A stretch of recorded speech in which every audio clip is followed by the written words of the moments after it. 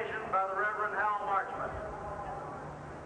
Let us pray for this beautiful day and for the gathering of all of the race fans and the drivers.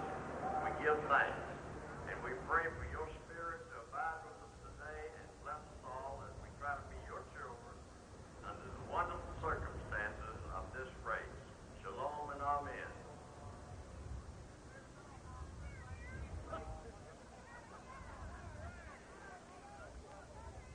To sing our national anthem, a 15-year-old sophomore at Flagler Palm Coast High School, representing Very Special Arts Volusia and the Easter Seal Society, with her constant companion Rika, Miss Jenna Fetchy.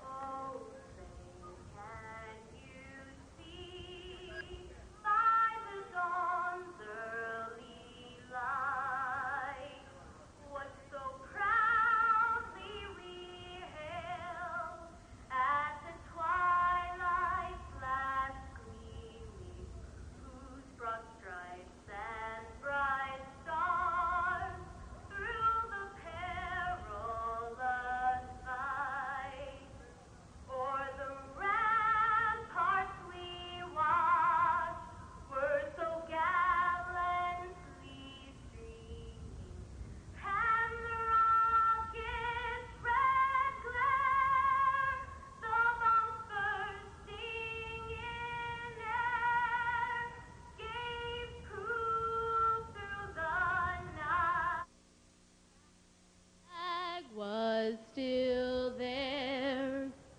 Oh, say does that star-spangled banner yet wave o'er the lands of the free and the home of the brave?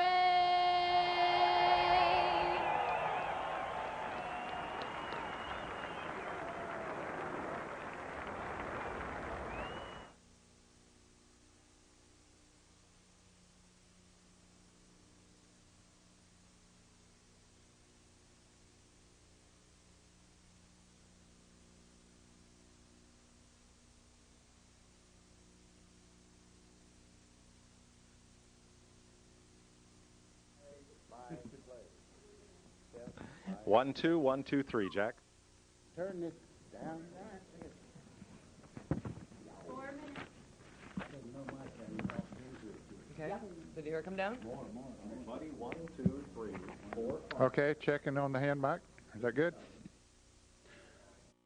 Okay, 1, 2, 3. Hello, hello. 1, 2, 3. Hi. Is that okay? Hello, hello. 1, 2, 3, 1, 2, 3, 4, 5. 1, 2, 3, 4, 5. 6. Hello, test 1, 2, 3, 4, 5, 6, 7, 8, 9, 10. And this is Buddy Baker. Hello, Eric Mann. How are you? Very nice to be seen. The evil Buddy, well, he was up here a while ago. He made a getaway. Yeah, we left him at breakfast. Very well, thank you. I said, thank you very much, and see you next race. All right, need a dab in here. Wayne, that's it. You're right. Thanks. Oh, what happened here? He used to call, he said, I don't want to talk to Wayne, I want to talk to Buddy. That's my bad side, Wayne. It's like calling Daryl and getting DW. Uh-huh. Did you hear what he told Drainus? What's that? Drainus forgot something in the truck, and he come running up the driveway, and Daryl said, stop, you're going to scare my kids.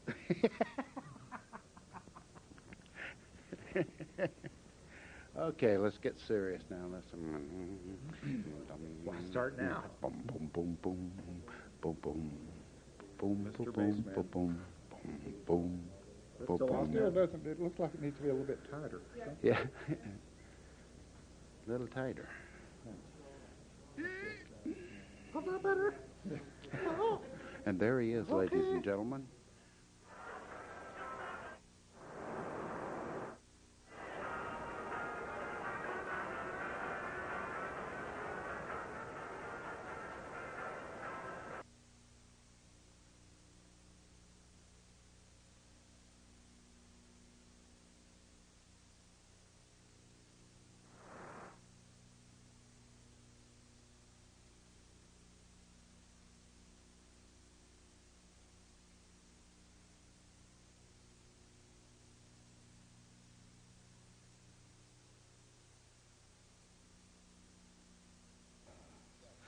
It's back to the beach for the NASCAR Busch Grand National Series. Randy LaJoie, defending 300 champions here, as is Mike Magic Shoes McLaughlin.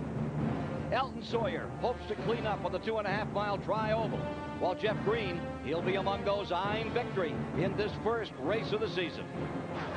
The series young stars are here, like Casey Atwood. And the fourth generation of that most famous racing family, Adam Petty. Matt Kenseth hopes to leave his mark, as does two-time NASCAR truck champion Ron Hornaday. Winston Cup headliners Terry Labonte and Mike Skinner are among the 43 stars ready to take green.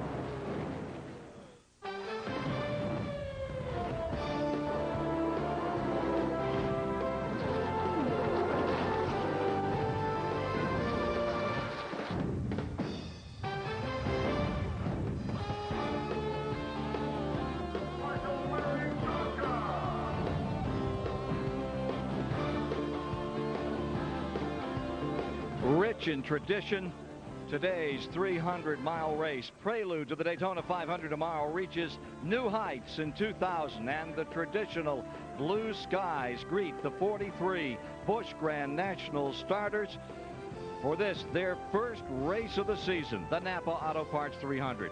Let's go down to pit road right now with Speedway Illustrated Magazine's Dick Berggren.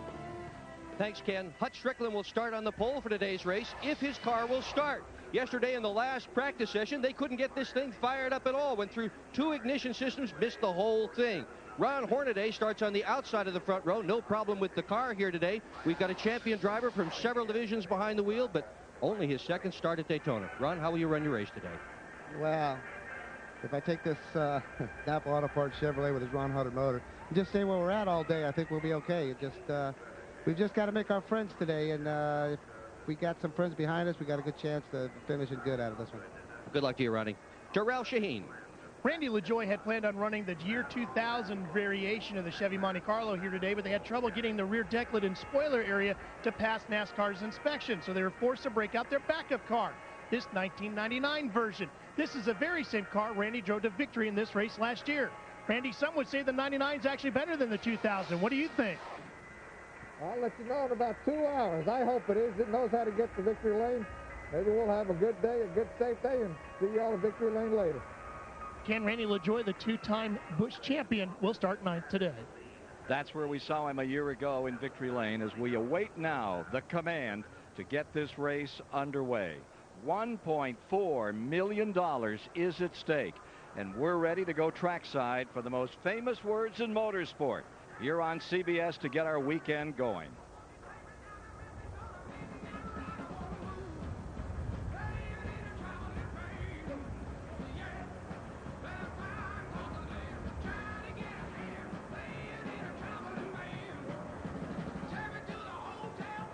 Now for the most famous words in motorsports, the Grand Marshal of the NAPA Auto Parts 300, Miami Dolphin great Larry Zonka. Gentlemen, start your engine!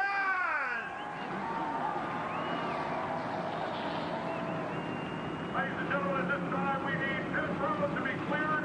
The grass area to be cleaned. The drivable and pit road also needs to be cleared at this time. All unauthorized personnel off pit road and off the grass between the drivable and pit road at this time. Thank you.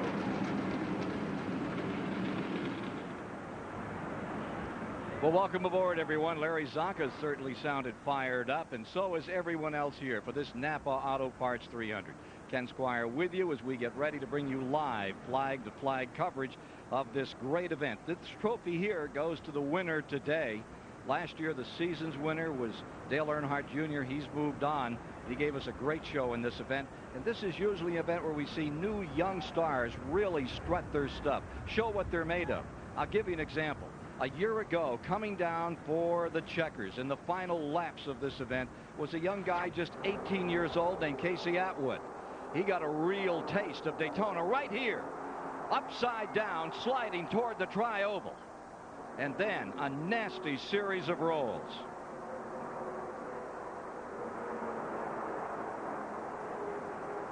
So Casey Atwood is now a veteran, but he's back.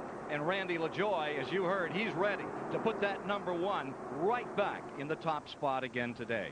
Now, many of the legends of racing, those names you're so familiar with, are back. But there are new first names for this race today. There you see Bobby Hamilton Jr., 23 on the left in the blue uniform. That's Adam Petty in the middle. He's 19. Jason Jarrett at 24. All ready to give it a go here today. They'll be fun to watch. Just some of the stories we'll be following in this 300-mile event. Well, let's go topside right now with the guys who will call the race today. That's Ned Jarrett, Buddy Baker, and here's Mike Joy. Thanks, Ken, and hello, everyone. There are a lot of established stars in this race. Bill Parsons is in it for the 13th time. But there are 12 drivers making their Daytona Busch Series debut in the field as well. So, Ned Jarrett, what kind of a race will we see today? You know, that's about 30% of the drivers who are running their first NAPA Auto Parts 300, and that could create some excitement. I think that we'll see some very good racing here. Those drivers have been in practice and learned a little bit about the drafting, but some of the drivers complained about their cars jumping around in the corners because of the new shock and spring rules that were mandated for this race. So it's going to be interesting to see, but I think it'll be competitive. Well, defending series champion Dale Earnhardt Jr. has moved on to Winston Cup, as has challenger Matt Kenseth. So, Buddy Baker, is this championship fight wide open? Absolutely wide open. And, you know, when two great stars move up, there's always somebody that's a hopeful that moves into the race. So you can never say never to anyone that's in the field. They can go out there and win today because you get a good run down the back straightaway on the last lap, and you may win your first Daytona in your first race here. Among those seeking the championship, Jeff Green, runner-up in this race last year and runner-up for the Busch Series championship to Earnhardt Jr. last year. And what of Hornaday, the two-time Truck Series champion? His Daytona debut last year, he misses the wreck and goes to the grass. Yes, and when you get in the grass, you have absolutely no control. He hits Phil Parsons very hard in the grass there. End of the day for both cars. All right, getting set for 300 miles. We'll be back with the start of the NAPA Auto Parts 300 on CBS after this. CBS Sports presentation of the NAPA Auto Parts 300 is sponsored by NAPA. Why do you need genuine NAPA replacement parts? Because some things can't be replaced. Smooth Busch beer and easy drinking Busch Light. Busch, the official sponsor of the NASCAR Busch Series. And by Ford, the latest innovations, the greatest tradition.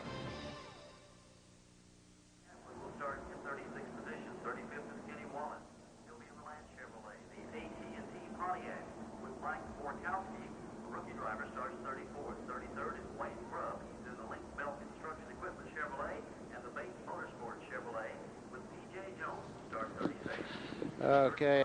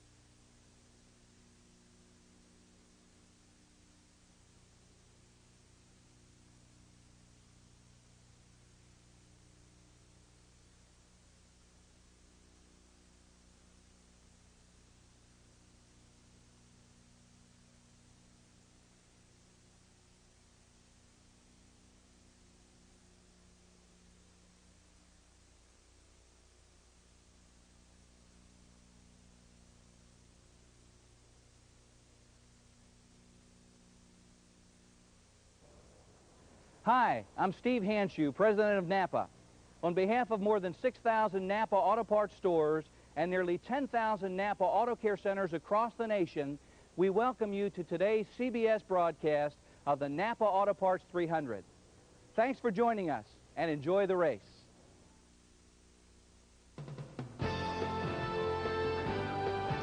The NAPA Auto Parts 300 is part of Speed Weeks 2000 at Daytona, presented by Fritos. It is a Chamber of Commerce day here in Daytona Beach in north central Florida. It's going to 84 degrees today, they say. The humidity, a lot of fog this morning. Now it's down to 69%. A light breeze, but warm on the racetrack. 130 inside those cars. Starting lineup for the NAPA 300 has Hut Strickland on his second career pole. Ron Hornaday, the former Truck Series champ. Terry Labonte, two-time Winston Cup champion, and Buckshot Jones. Row 3 is Jay Sauter from the Truck Series and Bobby Hamilton Jr. The 98 Winston West champ, Kevin Harvick, and Matt Kenseth, fourth in this race last year. The defending champion, Randy LaJoie, and Kenny Irwin Jr. Jason Leffler from the USAC midget ranks, and Jeff Purvis, runner-up here 2 years ago. Jeff Green, a close second in last year's race, and Elton Sawyer.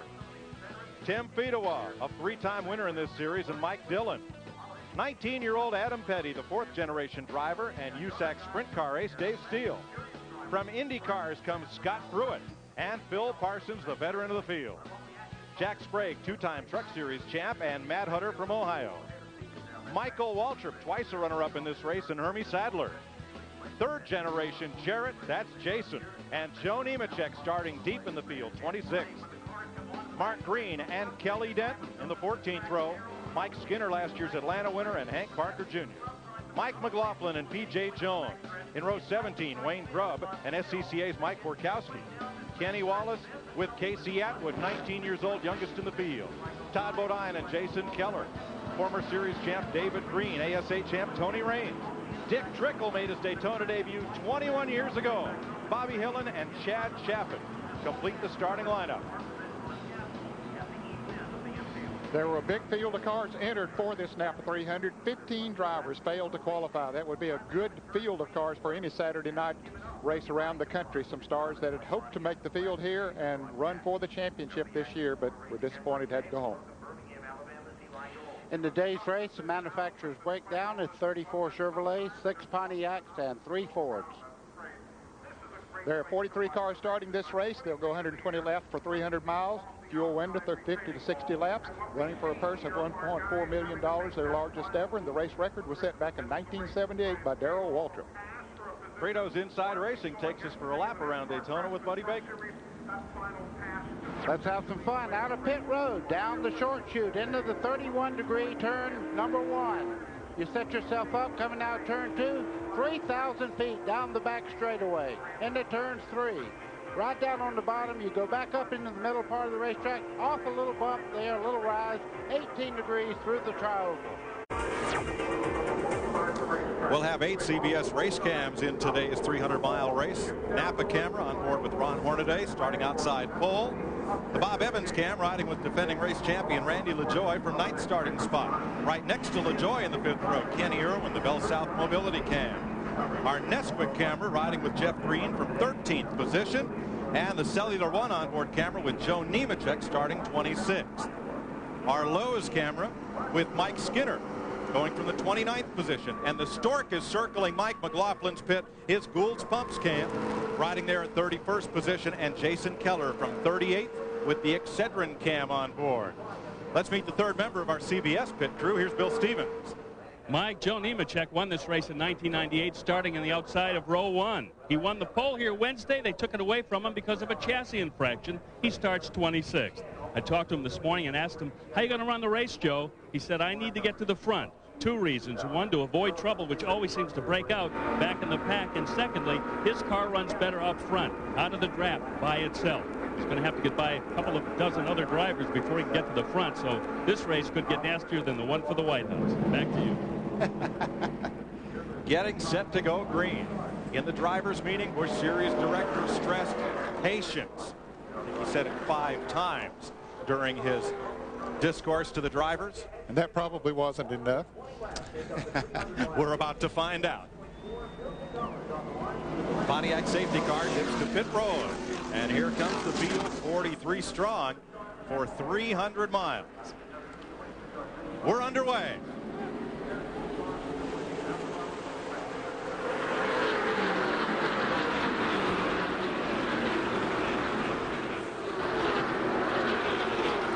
clean start, but Buddy, how long will it take him to build up to full speed? Well, it'll take all the way down the back straightaway before they even get halfway wide open. The full lap will be required to get the cars up to full song. As they go down the back straightaway, though, believe me, you're running plenty fast and 3 wide down the back straightaway. Terry Labonte showing why he's won 2 Winston Cup championships. Now he battles that blue Chevrolet of Ron Hornaday for the front spot.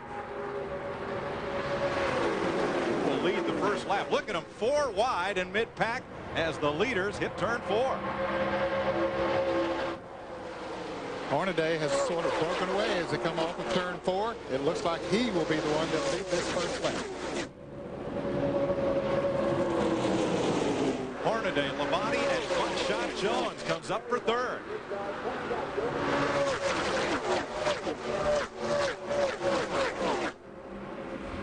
Hornaday's being very smart right now. He's running in the middle of the 2 cars behind him, not giving either car the benefit of the draft. Now he moves out to the outside. Buckshot Jones should be able to really pick up time on Ron Hornaday leading the race. You're looking back from Hornaday. That's Buckshot Jones, left side of your screen, edging Terry Labonte on the right.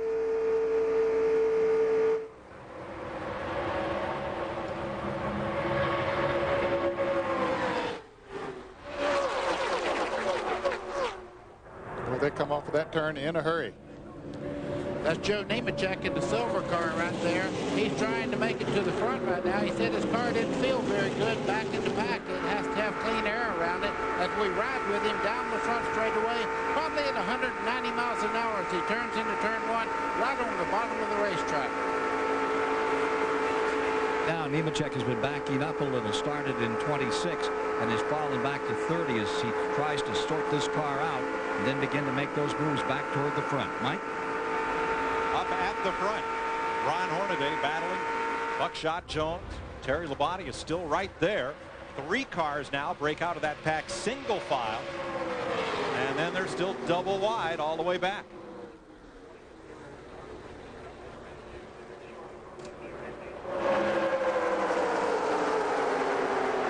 Bobby Hamilton Jr. up to that 3rd spot, one of the young guns we talked about in the white car there. He's had a fast car since they unloaded here earlier in the week to start practice for this race. He was right up among the top runners at every practice session, had a good qualifying run. Bobby Hamilton Jr., very determined young man. Matt Kenseth is up to 4th, Terry Labonte 5th, Randy LaJoie in 6th, Kenny Irwin 7th, Hut Strickland, Jeff Purvis, and Jay Sauter the top 10. Yeah, and Hut Strickland was looking for his car to be real fast today, but he did have some problems with it yesterday, and he's backslid quite a few positions now. Todd Bodine had to take a provisional start. He's come from 37th to 21st in just 3 laps.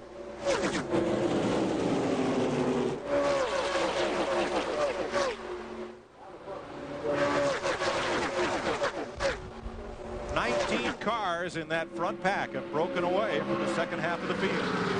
Yeah, and back in this pack is where all the action's going on. Can you imagine running 195 miles an hour, 2 inches away from the guy in front of you?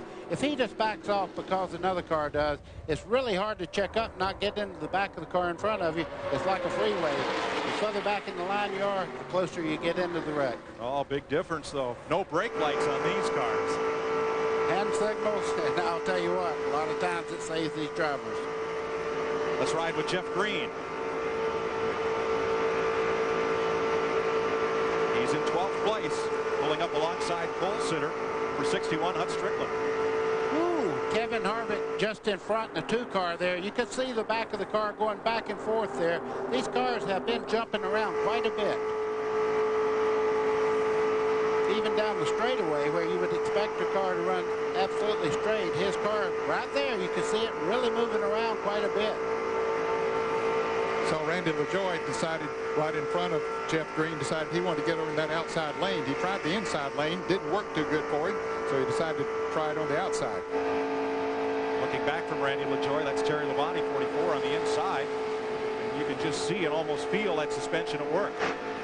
Now, Terry Labonte wants to get over, and all of a sudden, they really get into the fine draft, and that's where the air is passing over the front car and actually creates a vacuum that'll help the car behind them pull back up on them. So you see Terry Labonte trying to get up to Randy LaJoie. On our CBS rundown, upper left of your screen, that green box indicates a driver who's moved up in the last lap. The red box, like Hank Parker Jr., a driver who's lost a spot. And one driver already in the pits, unscheduled pit stop for Jack Sprague in car number 15. Apparently a flat tire on his car as we watch this action out on the racetrack. There's Sprague.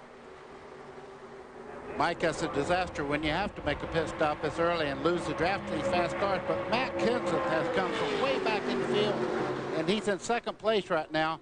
Like anybody that knows anything about Matt Kenseth, he does not like second place. He'll lead this race in just a second. Dick Berggren. Jack Sprague has already gone down one lap as he's sitting here on pit road. They're not sure what's wrong with it. It is probably not a flat tire. It's either the track bar that locates the car in relation to the rear end or some other mechanical piece back there. Ken?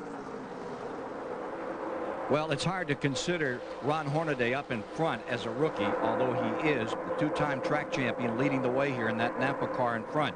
But the guy who's really been putting on a show for some time has been Leffler, the 24-year-old fighting with Kit Harvick.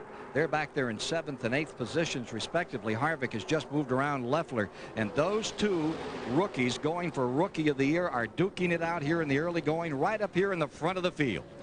Harvick, number 2, Leffler, 18. Harvick looked really pretty loose as he came through the trioval. I don't know whether Jason Leffler hit the wall coming through that corner, but coming off 4, the 18 car got very, very close to the outside wall. Leffler's car is black and green. And there's Harvick, number 2 in blue. Trying to move up with Mike Dillon. Still working on Jack Sprague's car. And he has now gone down 4 laps to the field.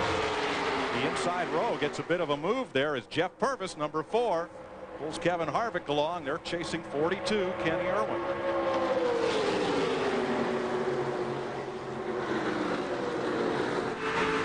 From Kenny Irwin's car. Yeah, I've watched Kenny Irwin run here. He started in the Winston Cup race in the very back of the field and drove his car all the way up to 3rd spot in the 500 last year. He is really good. Here he comes. Matt Kenseth on the bottom takes it away from Hornaday, and look at all the help he has. Kenny Irwin follows him right through on the inside, but now Hornaday has someone coming up on his rear bumper that might be able to help him a little bit. We'll see how it shakes out as they go into turn 3.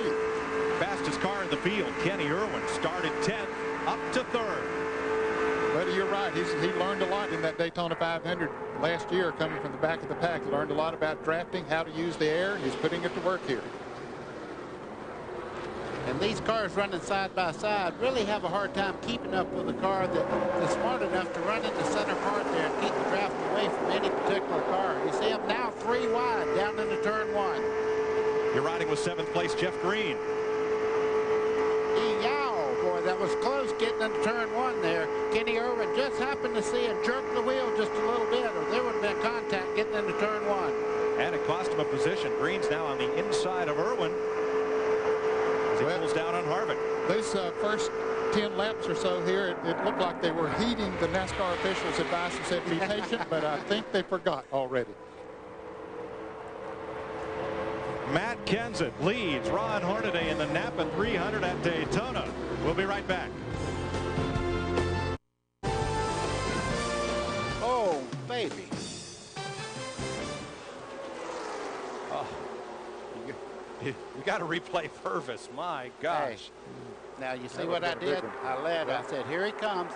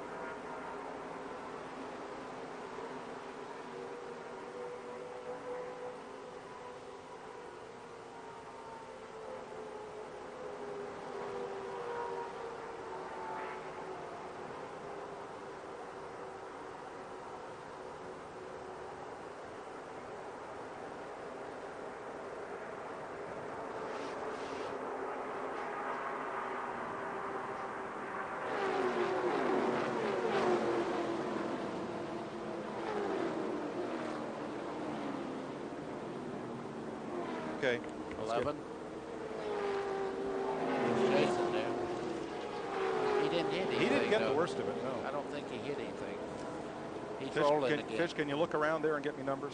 Let's get some roll. numbers, please. See, I got 10 and 11. probably got a flat tire. There's more in the grass down towards turn 1.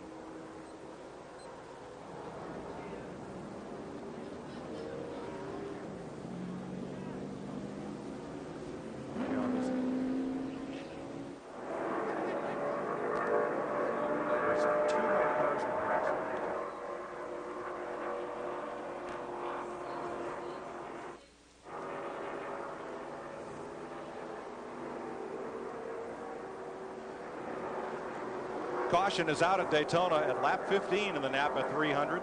Jeff Green, last year's runner-up. There he is climbing. He's already got his cap on. Wow. After flipping that car at 190 miles an hour, he's got a sponsor cap on and walking away. I guess he's all right. Boy, that just tells you how well these cars are built, and the roll cage did its job because he turned over several times down the front straightaway. Hat rack made out okay, too. Finished second in this race last year, second in the point standings. There's Kelly Denton's car, number 75. He was involved. Kelly is okay, surveying the damage. Jason Jarrett was one of the cars involved. Also Phil Parsons, Wayne Grubb. And Jason Jarrett drove away from the accident. He spun out. I don't think he hit anything hard. It's the Pamico Chevy of Mike Skinner. And he says he can't turn the car. He tells the crew, so he's going to take it behind the wall. One more car there against the wall. A view blocked by the safety truck. I believe that's the 83 of Wayne Grubb. And yeah, he's okay. He's out checking the damage, see if he can fix it if they take him back into the garage area. But this is a very important finish. It's a points race. Even though you tear your car up, you try to get back in the action if you possibly can. They're pushing Mike Skinner, the Lowe's onboard camera, in Skinner's car. Now, in the drivers' meeting, they told the drivers and teams, if you bring your car to the garage, you have one chance to fix it and take as long as you want. But when you bring that car back onto the speedway, if it's not able to run at competitive speed, the next trip to the garage, the last one for the day, you'd have to park it. So you see members of Skinner's crew going to work. Let's see what happened here. Coming through the tri-oval. Jeff Green gets a little assistance there from behind, and you can see the car just lifting off the ground right there. It rolls several times here, but you notice the part that he's in does not really hit the racetrack. It rolled on the nose and then settled down on the racetrack. The flaps did their job. They have flaps in the roof of these cars to keep them from flying and just keep on flying. It dropped right down. Tim Fidoa was one of those who went spinning. Pit stops. The order of the day for most of the teams. Bob Evans' team, that's Randy LaJoie's car, in the pits and at work, running around there with the jack. Robert Larkins. Just about everybody has pitted. Finishing up on LaJoie. And there's 59, Phil Parsons. McLaughlin comes out. His wife Katie due to give birth any day, maybe any hour now. Oh, you see Casey Atwood was backing up there, almost making contact with the car coming out of the pits. Atwood gets away okay. We saw Fidoa in the pit. He was able to drive back in after a long slide through the grass. There's a little cosmetic damage on Phil Parsons and Jason Jarrett. That was the 10 car of Jeff Green. Here we see Phil Parsons in the pits. You know, Ned, that looked like a nasty wreck fixing to happen when the car went up in the air, but it come down just as quick as it went up. So that tells you the roof flaps really employed and put that car back on the racing surface. Somebody got into the back of Jeff Green. I think I'd have to see one more replay to be positive about who that might have been. But you see there's damage here to several cars. So here's Jeff Green, and see as they come up on him here. Okay, they're just now coming in the dog leg. Right here, they make contact. You can see him getting sideways right there. Now watch the car just lift right off the ground about here and starts to fly. I can tell you those cars on the outside, they're going, let me get by, and everybody missed him as he slides across there. Look at Fidoa just shoot right through all that traffic to the infield grass without getting hit. I believe the car that made contact was Bobby Hamilton Jr., number 26. It looked to me as if Hamilton was as low on the racetrack as he could be. There's his white car. He's right down against the white line. He looked like Green might have come down a little bit as he went through the trioval. Well, and at that place, the car is very, very light. You could, if you could physically get your hand out the window, you could make a car slide by just touching it with your hand. That's how light they are in that area of the racetrack. The luckiest fellow in Daytona right then was Tim Fedewa, because he locked the car down and cut it left and came all the way across without incident. Let's ride with Jeff Green.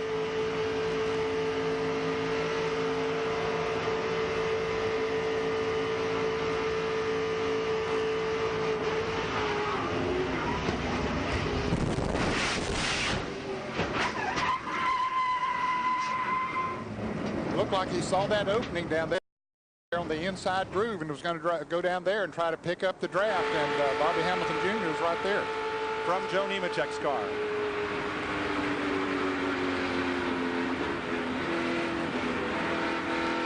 He said, boy, I was glad to get through that. And that was Fedewa you saw shooting across the track in front. And Jeff Green once more. He dives down to the inside, doesn't quite get in that low groove until he hits the other car. And like Buddy said, it doesn't take much at that point of the racetrack. Boy, that's a nasty feeling when you see sky, dirt, sky, dirt. Yeah. I'm telling you, I've been there. It's not a pleasant thought. I'm afraid that's the last picture from our Nesquik cam today. We're under caution at Daytona. CBS Sports coverage of the Napa Auto Parts 300 continues. Your local station.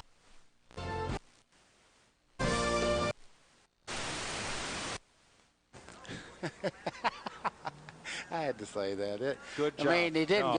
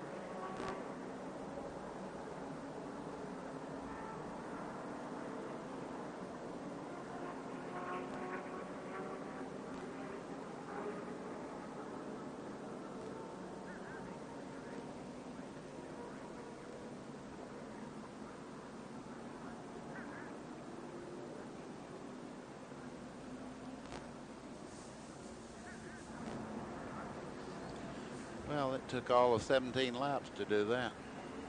Yep. Wow. I'm glad Jason didn't get came from Getting set for the restart here in the Napa 300 at Daytona after a big flip. Now, here comes the yellow car of Jeff Green. Round off the nose of Bobby Hamilton Jr. Chevy. Boy, was he fortunate not to get T-boned when he came back on his wheels. Great job of driving. It was. Those other drivers. Yes, just to miss that. Here flying high above Daytona Net, providing aerial views of the Napa Auto Parts 300, the Bud 1 airship. Budweiser, official beer of NASCAR. And the green flag is out, and we're back racing again on lap 19. Matt Kenseth in command, Ron Hornaday in second. That red car is Jeff Purvis. In green, Kenny Irwin. Then in red, Buckshot Jones. And in blue, number 2, Kid Harvick. And Squire calls it. He's calling a boxing match. This one's already been a boxing match of sorts. Well, any race at Daytona is a boxing match. If anything else, it turns into a chess game because you really have to be careful. And there goes Michael Waltrip making it 3 wide in the 7 car down the back straightaway. Got himself a good draft. Found some open air there and passed a couple of cars. Of course, Michael Waltrip is a veteran in this series as well as Winston Cup racing. It's his 12th start in this race, Ned. Only Phil Parsons has more among the drivers in today's field.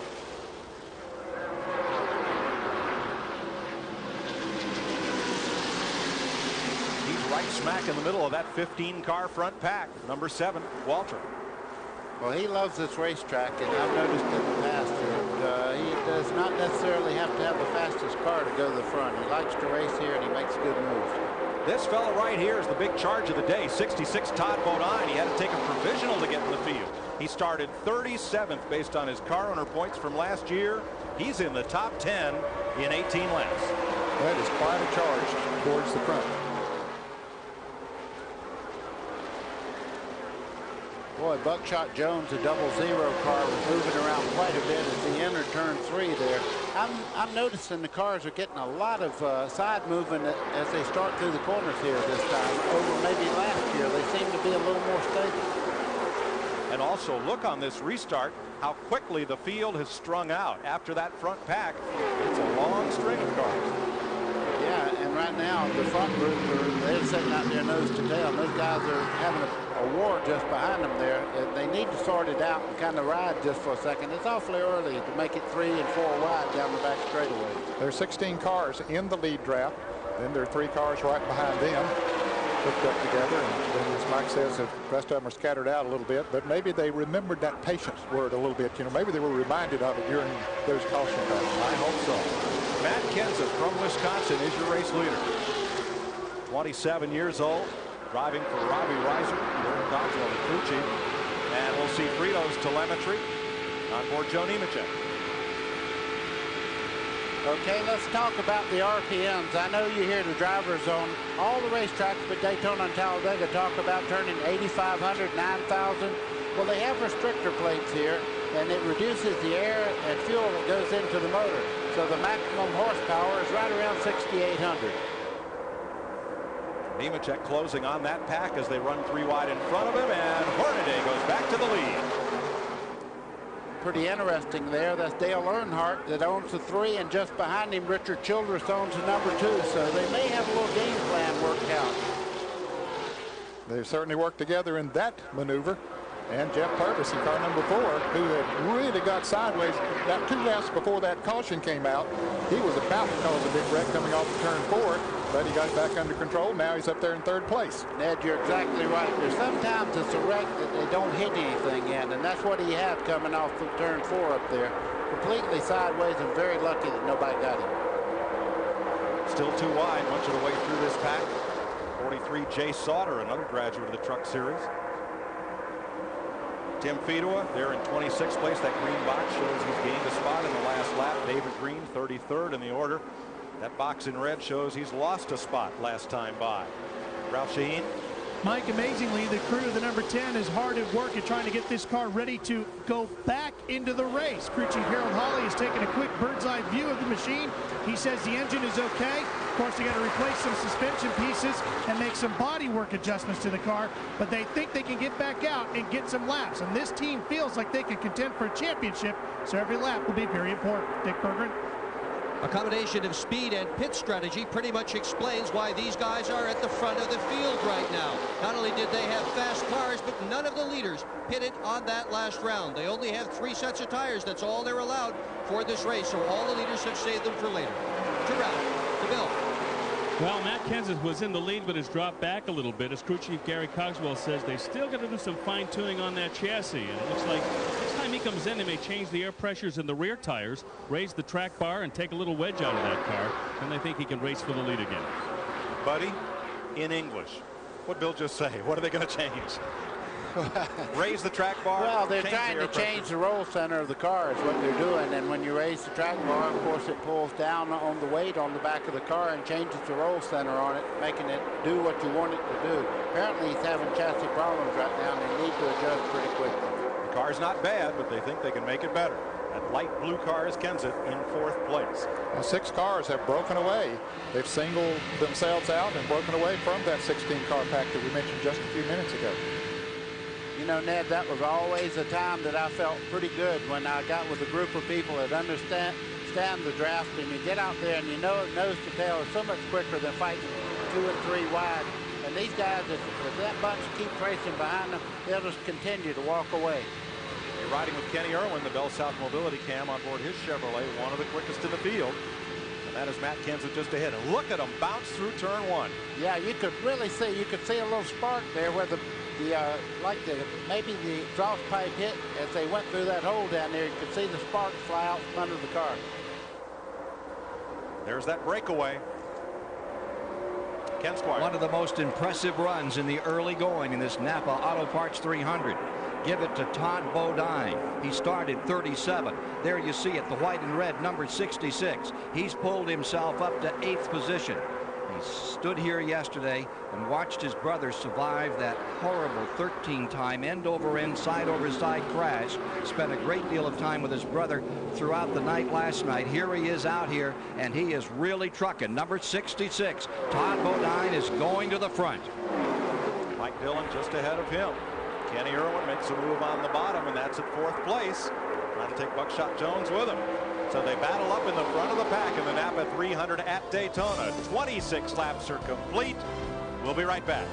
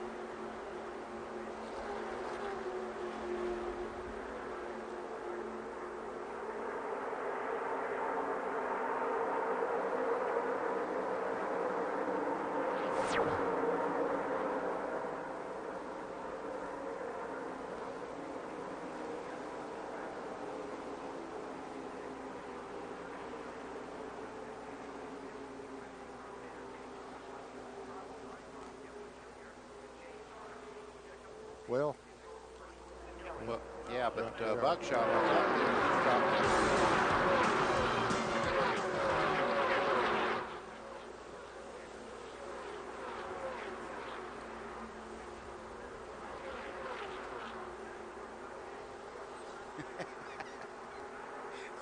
Nuts, man.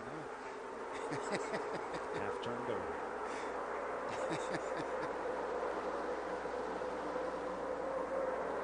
Tonight's all new on CBS when America's Night of Heroes returns. The guy who gets tomorrow's news today is back on Early Edition. Then Sammo Hung and Chuck Norris, 2 martial arts masters, come together for the first time ever for a 2-hour martial law Walker spectacular. It's all new tonight on CBS. And next Saturday, CBS Sports is the home office of NCAA hoops with a big triple header. Among the featured matchups, Mateen Cleaves and the Spartans against the Indiana Hoosiers, and Eric Barkley leads St. John's against Coach K's Duke Blue Devils. Check your local listing. 30 laps complete here at Daytona. Tony Raines is on pit road. This is his second stop, Mike, in the last 10 laps or so. He was last year's Rookie of the Year winner in the Busch Series of NASCAR, but having problems here today. Ralph Shaheen. Jeff Green has made his way out of the infield care center. Jeff, can you tell me what happened? Yeah, first of all, I put myself in a situation I should not have been in, and I took a chance I should not. I just told him my fault. I come down. I thought I had a hole there to get down in front of the 26 car. He must have had a couple inches on me.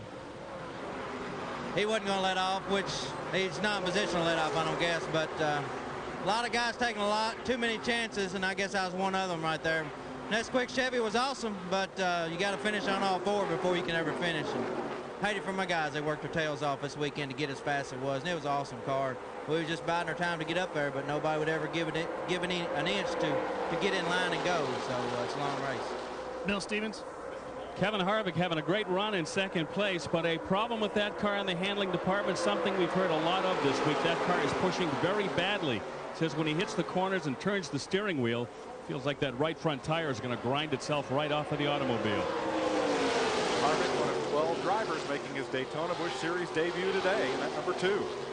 He has an awfully strong car, though. He has absolutely no help and able to run on the inside there with 2 cars that are hooked up in the draft. So Harvick's got a great car, but if it's pushing, that means the front end's losing grip, and when he turns in to the corner, it loses a lot of time by scrubbing the front of the car. And as a result of that, you see Ron Hornaday beginning to pull away a little bit as they race side by side back there. Now Harvick gets out in front of Jeff Purvis, and they'll try to line up single file, and that should help them, but no, that didn't last long, did it? No, here's come back by on the outside again. Purvis number 4, Harvick number 2. Right behind them, Ken's at 17 in the 00, the red and yellow car of Buckshot Jones. Off turn 4.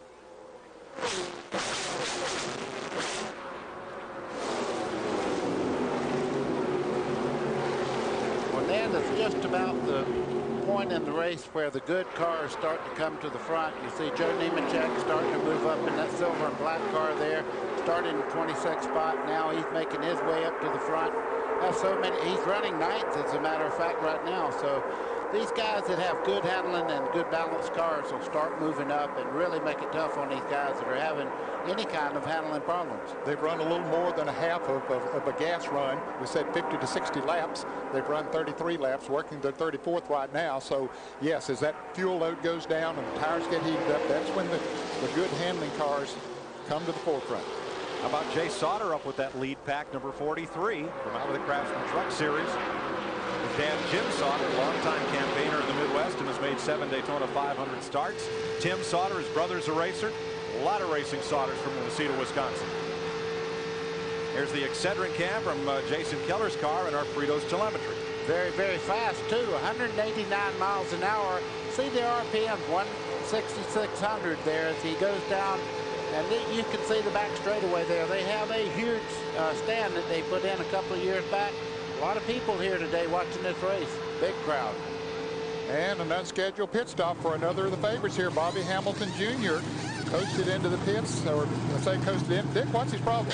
Well, we're not too sure. Right now, they're going to put 4 tires on it. This is clearly an unscheduled pit stop, Ned. He had been in the lead draft, running well, was involved in that earlier incident with Jeff Green, in which Green tipped over, and Bobby Hamilton Jr., a definite contender, has just gone down a lap. Oh, a little bump and run there. Right stuck in the middle was Sauter. And Sauter's still in trouble. He fought it all the way through 3 slides there and got that car back straight. Now, sometimes you get lucky, and that's a little bit of luck. When you break one loose at 190 miles an hour, you're lucky if you get it back straight. Skirmishing there with Kenny Irwin, 42, and 00, Buckshot Jones. This track is wide enough to run 4 cars, but at 190 miles an hour, there's just not a lot of room left.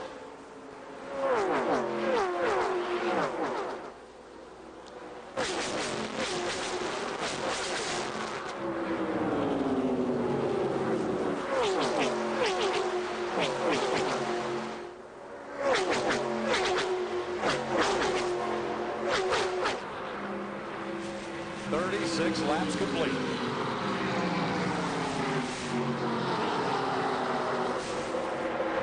That's the front pack. Hornaday number 3, Harvick number 2, Purvis number 4. And a lot of good cars just behind them there. They actually are closing in again. They dropped back about 10 car lengths. The front 3, though, have not raced each other very hard at all. They've tried to keep that line where they're nose to tail. Now Jake Sauter's car continues to run in 7th place. Let's have another look at what happened here as he got squeezed in the middle. He is in the middle, and right there the back breaks loose. Now the car is very loose right there. He wasn't actually hit. He tried to get the car back straight, And now it took a little turn to the right there, and he got it back straight. He is very lucky.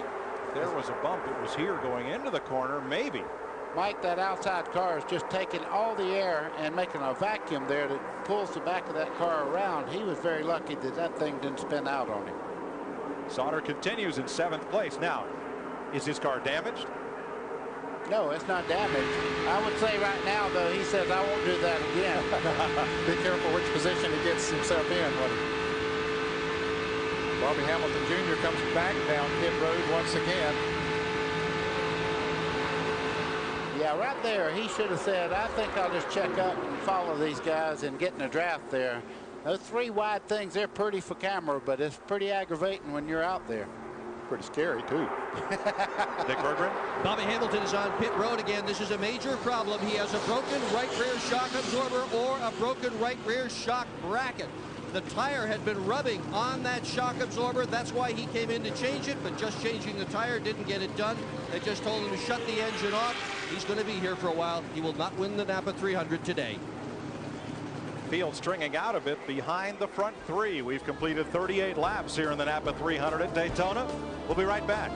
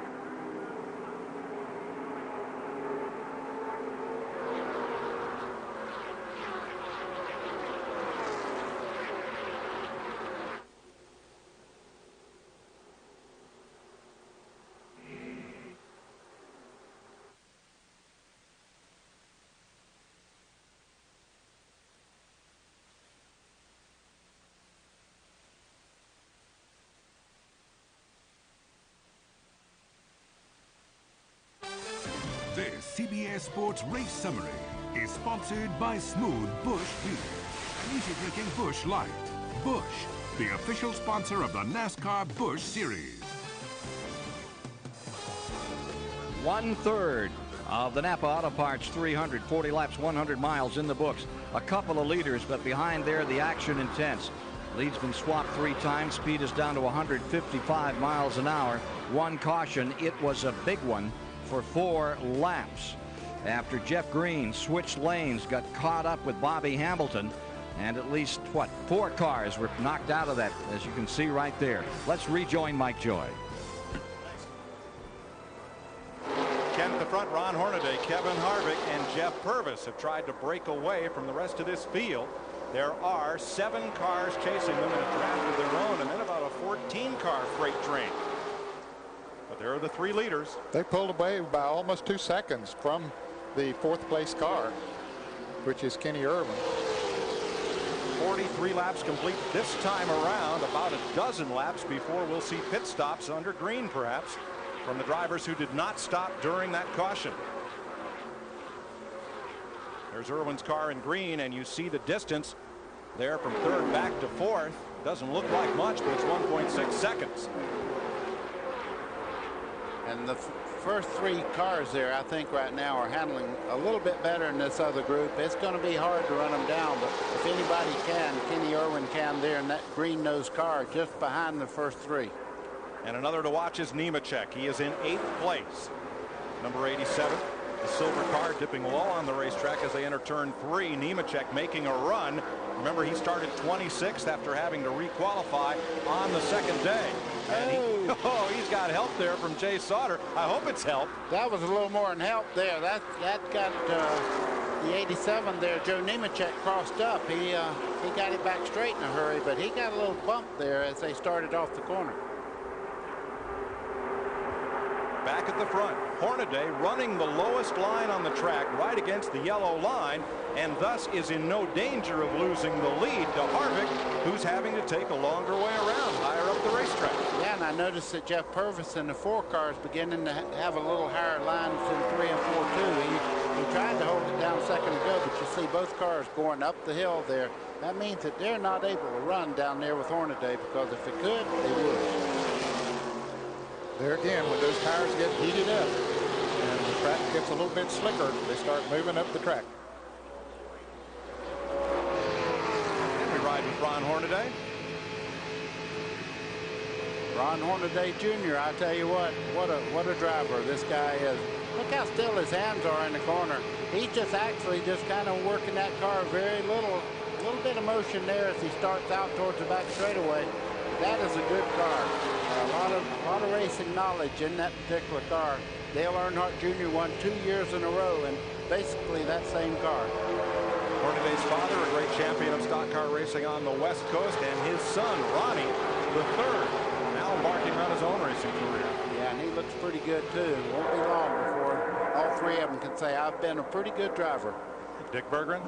Johnny Allen, who is Jeff Purvis' crew chief, just came to Ron Hornaday's pit, and they have cut a deal for the number 4 car currently running in 3rd spot and the number 3 that's currently leading to pit together. They are anticipating a pit stop for fuel and tires somewhere around lap 57. You better believe Harvick in the middle of that sandwich. He'll be in with them too, Mike.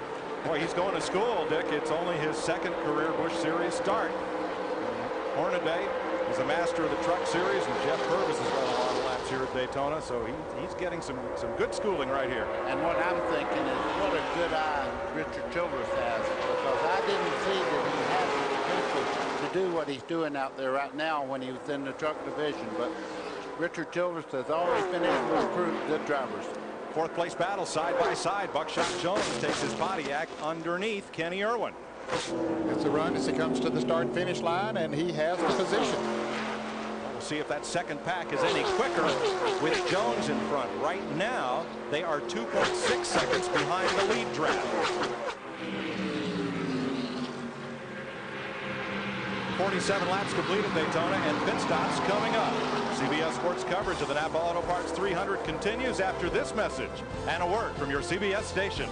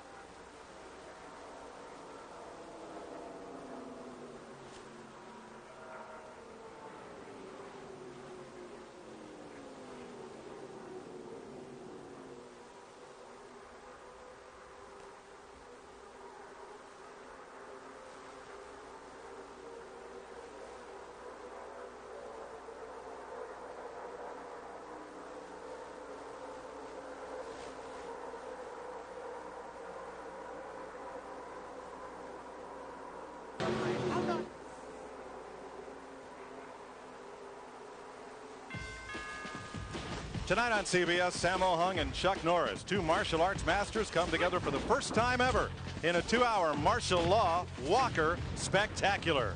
Tonight on CBS. 51 laps complete at Daytona. Kenny Irwin stopped on lap 48. Joe Nemechek lap 49. Lap 50, Adam Petty, Bobby Hamilton, and Mark Green make pit stops. Battle for 4th, 5th, and 6th on the Speedway. Kenny Wallace, number 25, left side of your screen, has now moved up to the 4th spot. That's Terry Labonte, number 44. Buckshot Jones, the red car, and Randy LaJoie's in it as well. Jay Salter in the 43 there, just behind the two you were just talking about. And these guys have been going at it, like, and Randy LaJoie, the winner of the race last year here in the number 1 car. And that Pat Casey Atwood, the 19-year-old, the number 27. And they're side by side for 2nd spot, Harvick and Purvis, number 4. Ron Hornaday. Oh, trouble. One car spinning across the racetrack to pit road. Here comes another into the grass. Hillen is spinning. Borkowski spinning, and Kenny Irwin drives through the grass to miss them both. Caution is out. Kenny Irwin has a lot of damage to the front of his car, and you can see a lot of damage there on Borkowski's car. Boy, a good break for those who were about to pit and had not pitted. Bad break for those who just had pitted a few laps ago. This is Kenny Irwin's front view of Bell South Mobility Cam, and you see the damage to the front of his car. This is Mike Borkowski's number 20. And Irwin is going to climb out. And they had just made pit stops, or Irwin had just made a pit stop. And all that smoke you could see in Kenny Irwin's car, that was tire smoke where he'd been round and round down the front straightaway here and filled the inside of the race car up with smoke. Kenny's okay. He's one of 8 drivers in this race that'll run in the 500 tomorrow.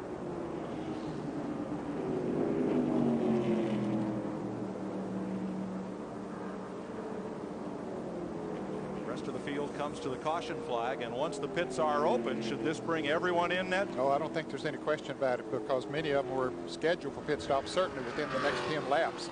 And you had a number of drivers. You mentioned that Nemechek, Adam Petty, and Kenny Irwin. Of course, Kenny's out of it now. Dave Steele has made a pit stop. Tony Raines have been in and out of the pits. So it's a bad break for those who made the green flag pit stop. Absolutely. Let's take a look at this. Kenny Irwin there in the middle. Bobby Hillen on the outside there. He gets a little tap as they start out of the corner in the 8 car. See Borkowski there fighting to get control back into Kenny Irwin and into the outside wall as they spin towards the grass down the front straightaway. Hard to see if Hillen came down or Borkowski came way up the racetrack. Might have been a little of both. Let's watch from Kenny Irwin's on board and see. Yeah, I think the 20 car went up the racetrack. Ow! Kenny Irwin, who had just come out of the pits a lap before, was right in the middle of it.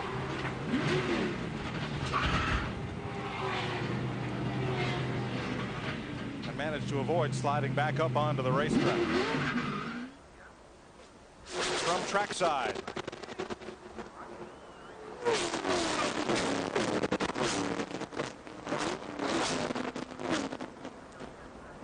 And again, watch the 20 car on the bottom. That's arrow push as they start off. That's the same thing that happened in the Bud shootout the other day when the 40 car Sterling Marlin went up and made contact on the car outside of him. Mike Borkowski's from Middlebury, Connecticut. He's a graduate and former champion of SCCA Sports 2000. He and fellow Indy Lights driver Chris Simmons climbed the ladder together. And this year Borkowski's veered off and to go full-bodied stock car racing. This is Bobby Hillen's car being worked on pit road. Yeah, it looked like you're going to have to do a lot of work with that car to get the hood where it'll just stay on the car. You can see it's very flimsy back there where the fender's been peeled off. And of course it'll kill his aerodynamic package. And he just can't be competitive. Pit road is still closed. A couple of cars came in, including Phil Parsons, when they came around the last time, but the leaders did not come in. And we're under caution here at Daytona.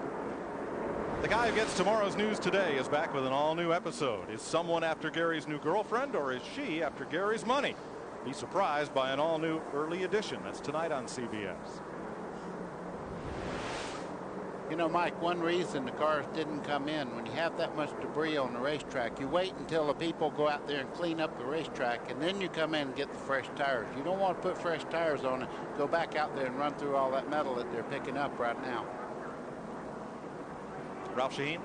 Mike, the 4 of Jeff Purvis is just running out of gas out on the racetrack right now, and they're hoping that they're going to open pit road this time by so that he can come down. And they have the fuel and the tires all set to go.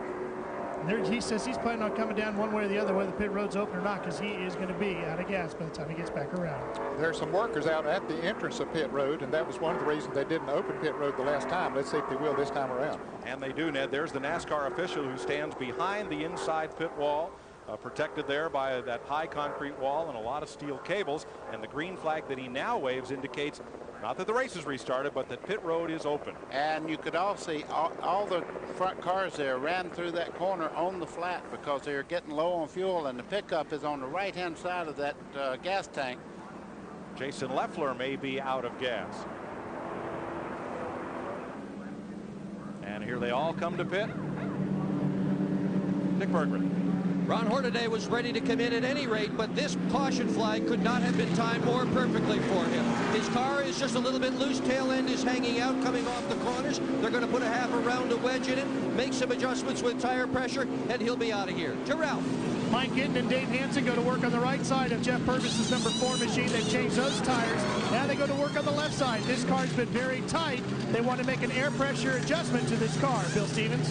Kevin Harvick and Matt Kenseth are both in at the same time. Both crews making changes on the tire pressures. 4 tires on both cars. Fuel going in. It's Harvick who's away first. And there goes Matt Kenseth. Kenseth will come out 5th or 6th of those that pitted under this caution flag. Now, Joe Nemechek had just pitted. He was one of the fastest cars. But Nemechek will either be a lap down or the tail end of the lead lap when we go back to racing because the cars overlapped him under green prior to this caution flag coming out. So 55 laps are complete in the NAPA 300 at Daytona. We'll be right back.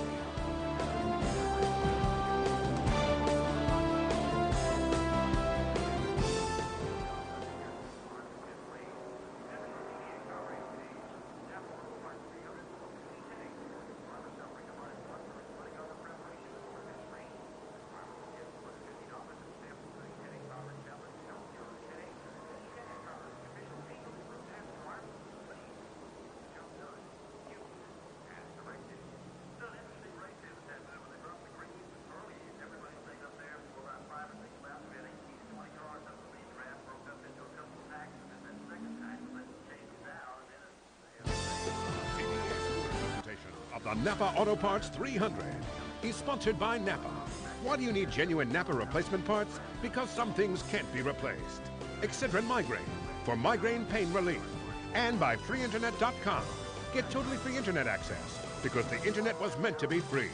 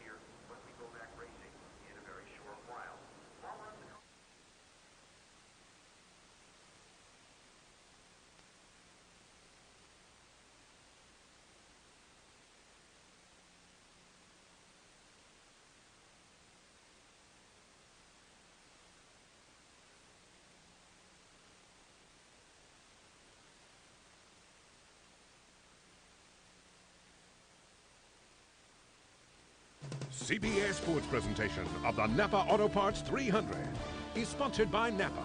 Why do you need genuine NAPA replacement parts? Because some things can't be replaced. Excedrin Migraine for migraine pain relief. And by freeinternet.com. Get totally free internet access because the internet was meant to be free.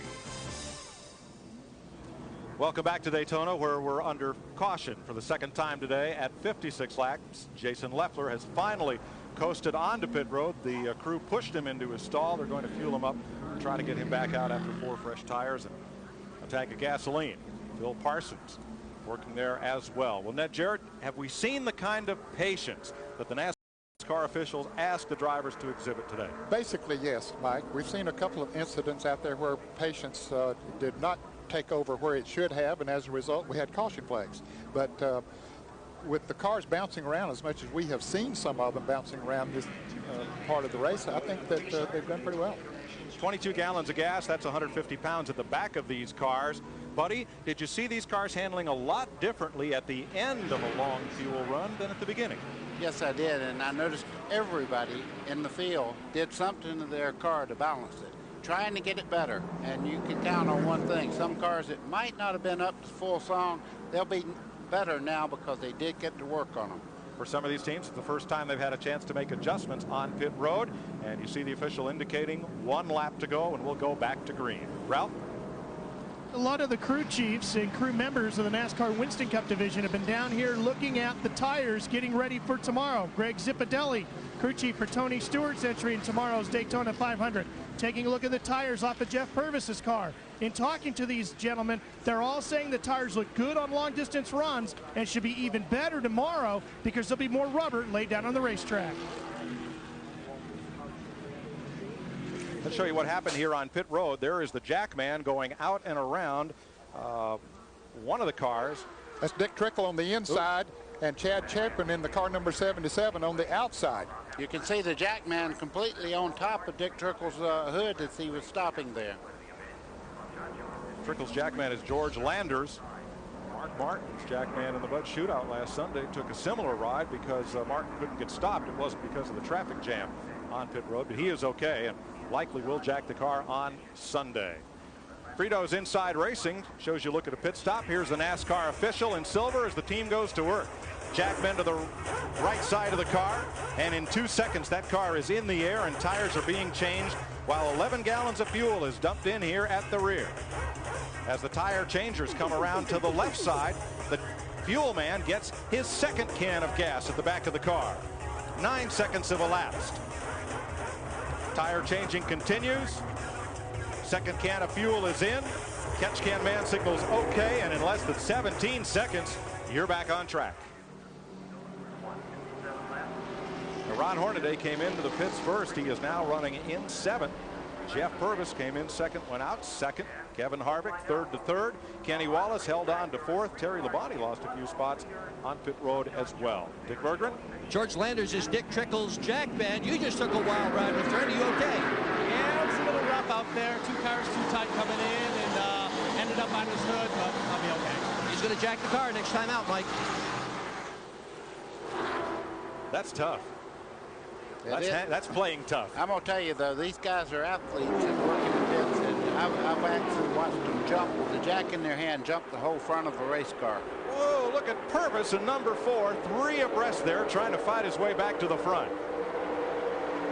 Well, I see a little contact down the back straightaway. They're actually pushing Buckshot Jones down the back straightaway there with Hornaday. He was actually up under the car in front of him.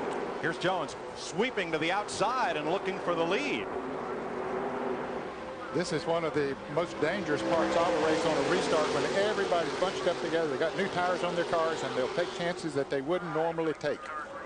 Well, Ned, it's not just racing at full speed on that restart. It's a 2.5-mile drag strip with 4 left turns in it. Now, Joe Nemechek, that's out front right now, would like to see a caution. He made a pit stop not long ago, so he's fighting his way to get back in the lead lap right now. Oh, Mike McLaughlin down to the inside of the racetrack on the apron. Either the Goulds Pump Chevy's in trouble or Katie is about to give birth. The stork is still circling. I bet the cars give up. Yep, I'm afraid so. Yeah. Kenny Wallace, 25. Jeff Purvis, number 4, trying to put the move. Adam Petty, 45, just ahead.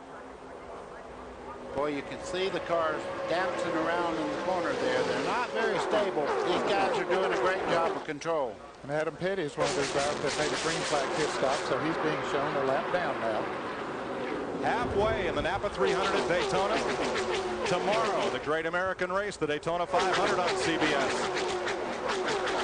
That's the kind of debris you want to see on the racetrack. Did you see when the cars went by, it took off? So it wasn't a piece of metal, it was something else. 5 cars have broken away from this battle. Matt Kenseth on the inside of Purvis. Kenseth in that blue 17. He's got some drafting help as he tries to go to the front. Gonna try to foul back and get in on that outside lane.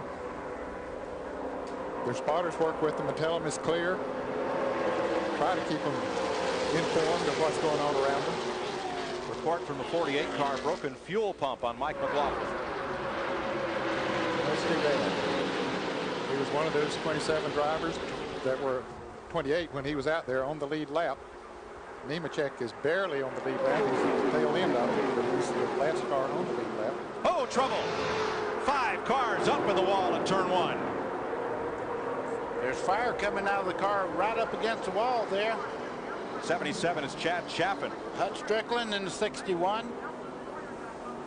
And the car's still wrecking off, coming off of turn 2 on the backstretch. A secondary collision in the back straightaway. Now there is Strickland has climbed out. He's okay. A lot of smoke still inside Chaffin's car. And Hutt's going to go to his aid.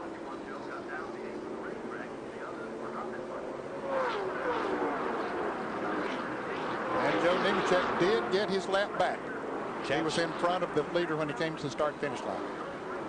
Chad Chaffin is okay. And there is Adam Petty's car crashed hard in the back straightaway. Wow, the nose completely flattened on that number 45 there.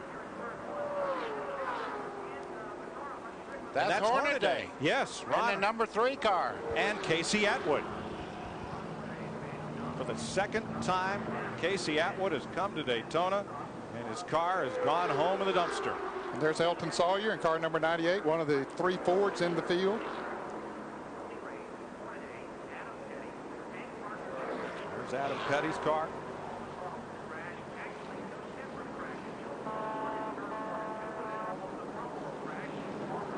See Petty moving around inside, a little woozy. Took a hard hit. Yeah, there was actually 2 wrecks there. There were? They went through the wreck, and then coming off turn 2, they had more problems over there. Here's Hornaday coming to pit road. That car wounded.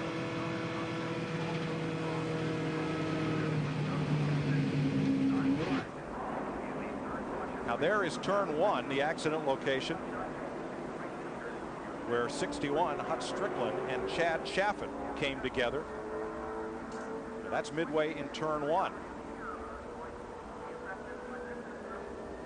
A couple of the other cars there at the bottom of the screen, along with some of the safety vehicles, but the other wreck took place coming out of turn number 2 and down the back straightaway.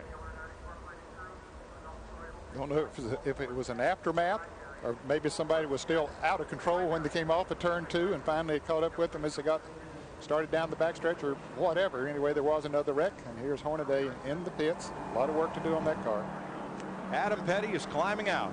Boy, that's good to see. There for a moment, he was really stunned. He was just barely moving around the car, but you see him starting to get a little more active now. Look at the front end of that, buddy. He hit something hard. Yeah, I tell you that anytime you see the nose of the car just completely shoved straight back, well, the engine and everything probably moved it in that car also.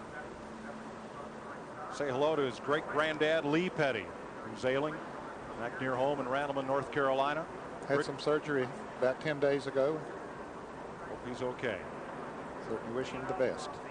Adam's still a little bit woozy Yeah, as he's he a walks little groggy there. I tell you, they take him over to the care center here, and it's a well-staffed infield here, hospital, that they take all the drivers. It's mandatory you go once you're in a wreck here in Daytona. The turn 1 crash was Hut Strickland and Chad Chaffin. In the backstretch, Elton Sawyer, Adam Petty, this car, Ron Hornaday, and Casey Atwood.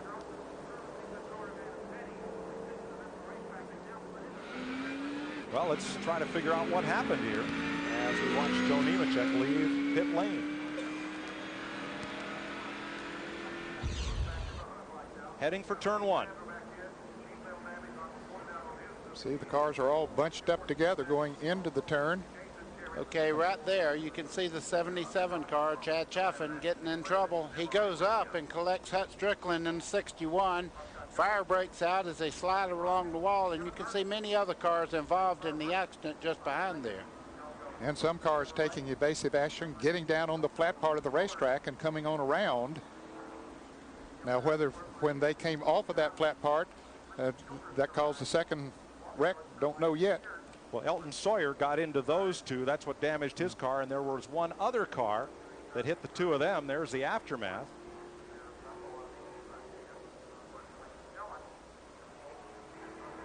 And the initial contact appeared to be from Jack Sprague. That is Hornaday's car down at the bottom of the racetrack. Yeah, they all stopped on the back straightaway. The real wreck was over going into turn one there.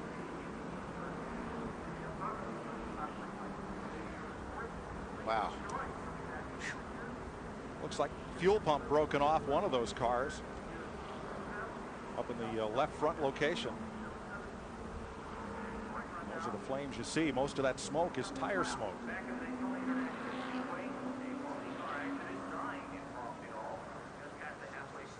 The best news, everybody climbed out. Okay.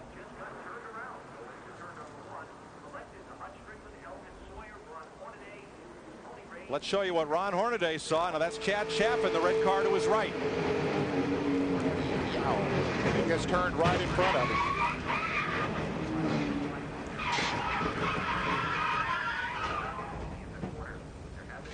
There goes Casey Atwood, yeah, on the inside there.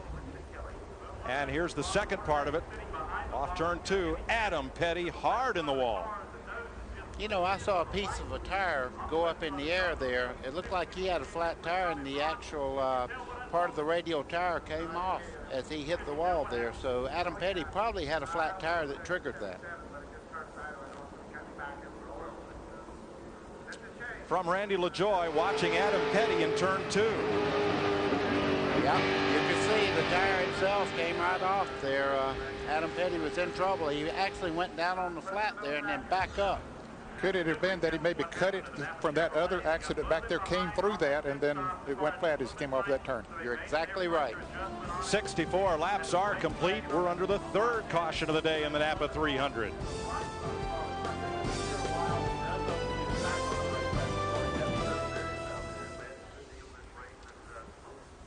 Yeah, but I didn't want to break it.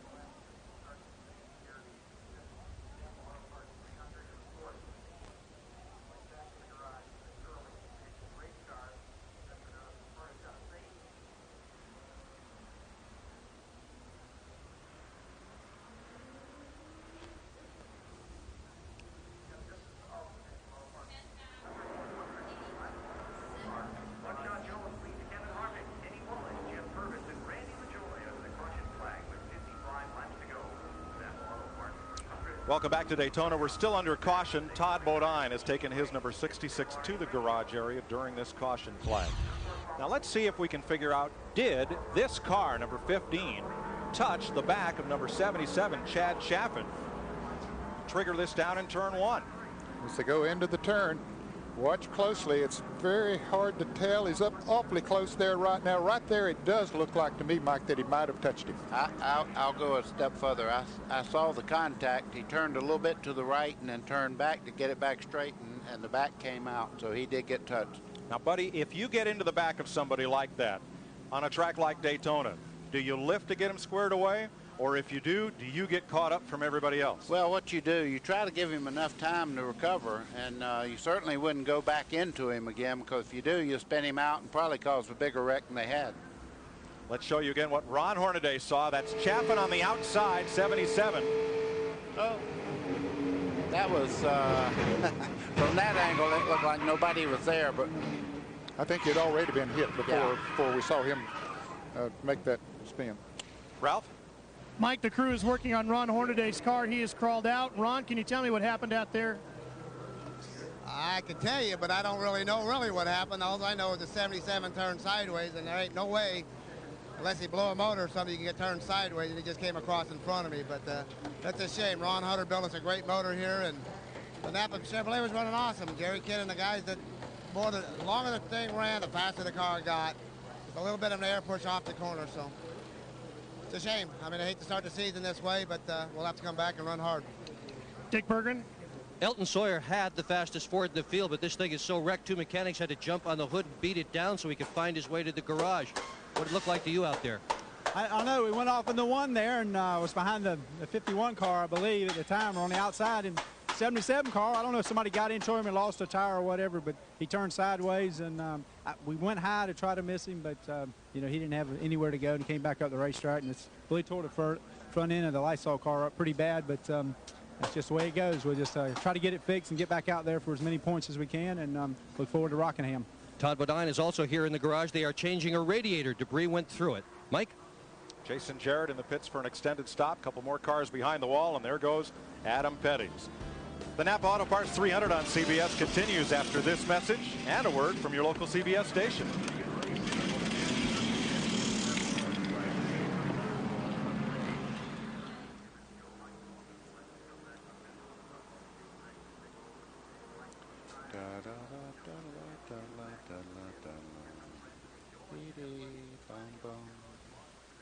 It's hard to say if Sprague hit him, but Sprague's a little like Jimmy Spencer.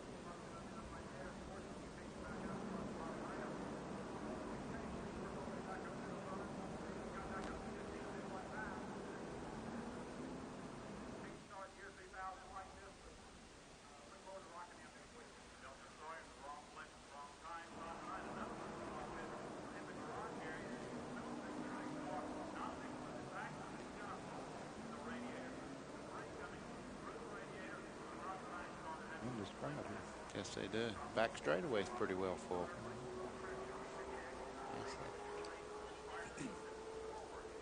Give me.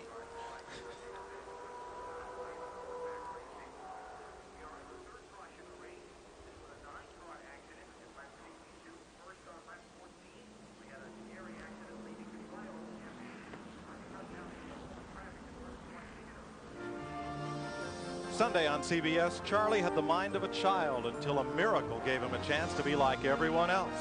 But how long will it last? Matthew Modine and Kelly Williams in Flowers for Algernon, a CBS Showcase presentation, Sunday on CBS. Shift into gear with in-depth NASCAR coverage, including driver profiles presented by Fritos. Just click on racing at cbs.sportsline.com or on AOL, it's keyword CBS Sportsline. And later today, CBS Sports brings you live third-round coverage of the Nissan Open from the Riviera Country Club in Pacific Palisades. Bob Tway and Greg Chalmers at 9 under share the lead. Let's go to Ralph Shaheen.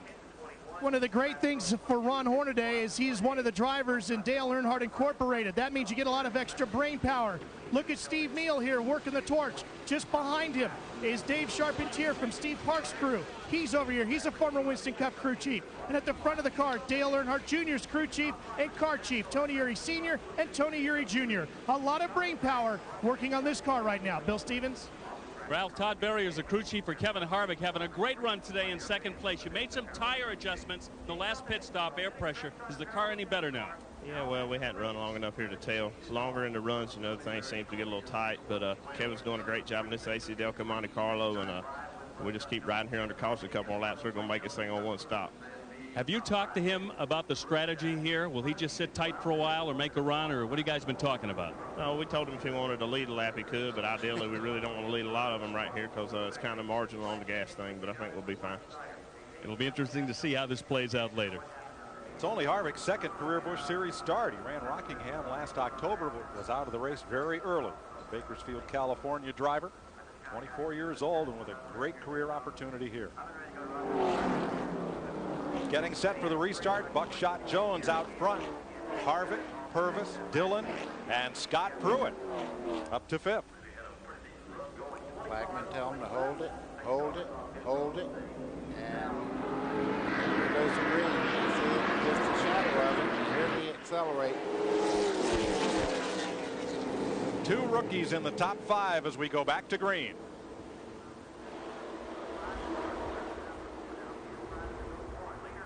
There are 20 cars on the lead lap. Bill Parsons is the last car on the lead lap.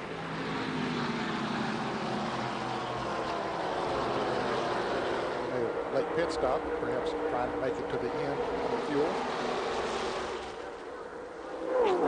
Cars on the lead lap started in the outside lane, lapped cars on the inside lane, so there'll be some shuffling here.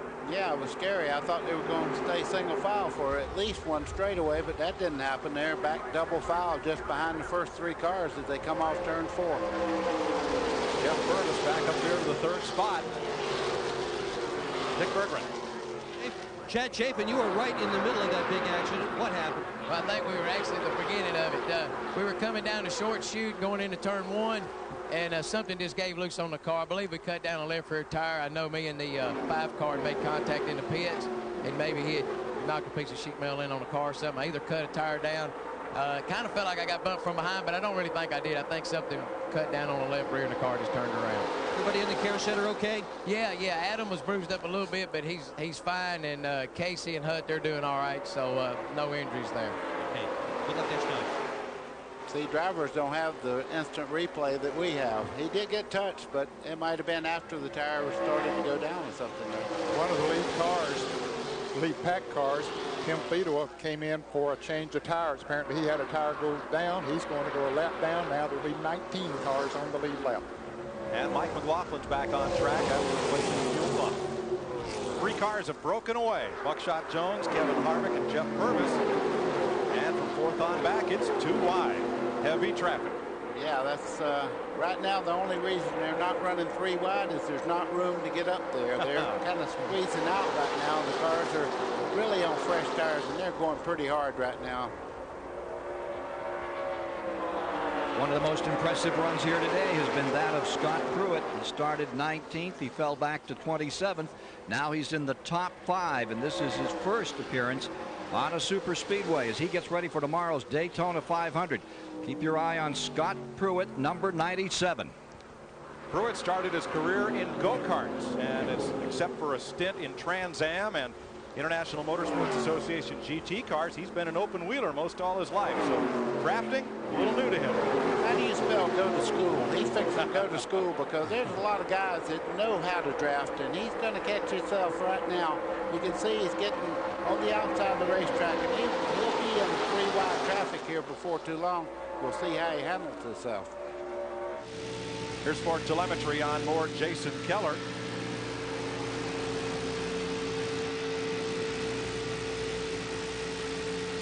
And you can see the miles per hour about 189 as the RPMs fluctuate a little bit there around 6,400, and then he had to back off a little bit. Yeah, and you can see the car in front of him just kind of do that little twitch coming off turn 4. That's a very, I see a little bit of smoke off the right front corner of that blue car on the left there.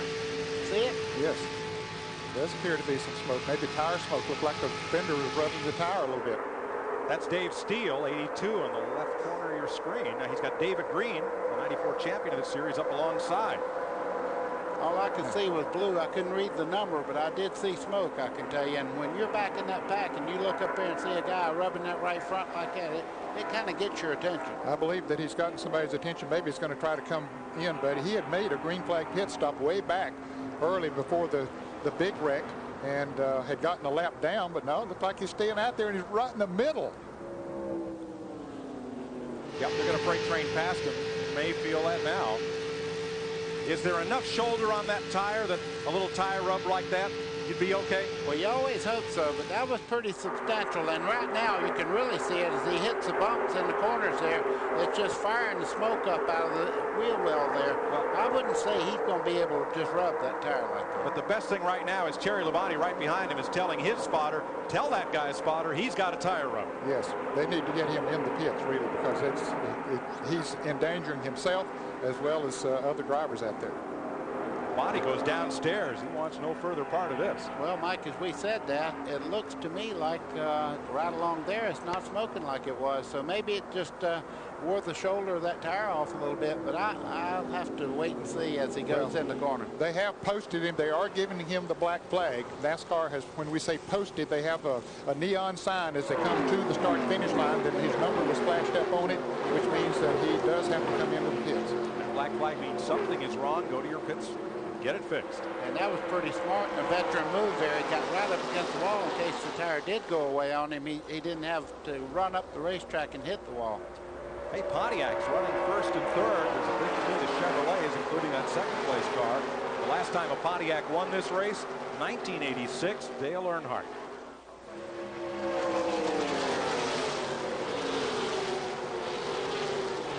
Buckshot Jones leads them around to complete the 76th lap here at Daytona. Boy, oh boy. Kevin Harvick, he just keeps on making me, you could see the hand signals there from the third place car saying everything's going good. I think they're going to try to mount a charge there on the outside. Now Jeff Purvis, number 4, is between the two Richard Childress-owned cars. Kevin Harvick, number 2, and here is Steele on pit road, and you can see the damage along the right side of that car. Yes, he has scraped the wall, or scraped another car. It looks like the wall. For second place, Purvis goes for it. Gets it.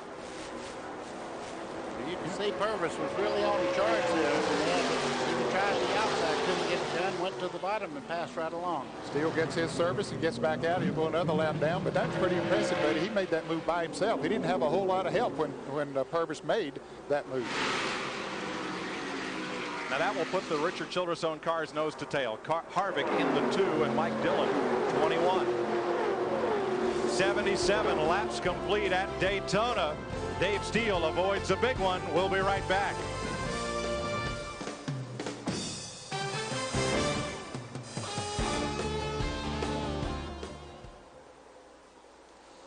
Thank you.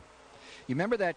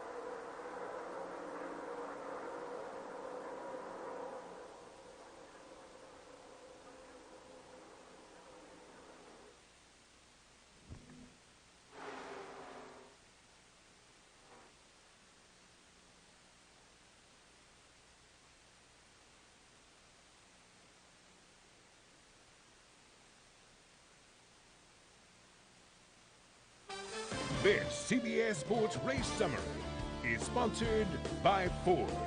The latest innovations, the greatest traditions. After 77 laps, 192.5 miles, we've had just 3 leaders, but lots of action.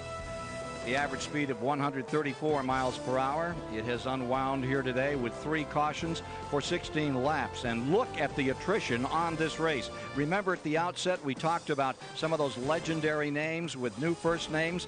Well, Bobby Hamilton there, you see him knocked out. Kyle Petty has crashed out of the event. Adam Petty has crashed out of the event. And Jarrett is still very much in this. Jason Jarrett running in 18th, some 6 seconds back from the leader. Let's rejoin Mike Joy. Ken, 4 cars have broken away from the field. You'll see 5 cars up in the front photo because they are joined by Matt Hutter a lap down. There's a look at Dick Trickle and the 11 car of Jason Jarrett. That's a familiar number, and there it is, 1965, Ned. Yep, that was 1960. I was young one time. Right out of GQ too. Look at this, huh? Well, it's good to see a Jarrett back in numbers up again. Was that right metallic blue, that car? Yes, it was. Bondy Long owned it. Yep. And he drove it. That did well. That was a good race car that year. That was a favorite car. We managed to win the championship. Of course, that would help to make it a favorite. Well, the cars look a lot different today. And here they come. 4 of them on the lead lap, plus Matt Hutter is the 5th car in line. He is 1 lap down. Kenny Wallace behind them battles Matt Kenseth side by side for 6th place. But up front, Roy Buckshot Jones leads this field around. 29 years old from Norcross, Georgia. His dad owns the car, Sandy Jones. Good relation, crew chief.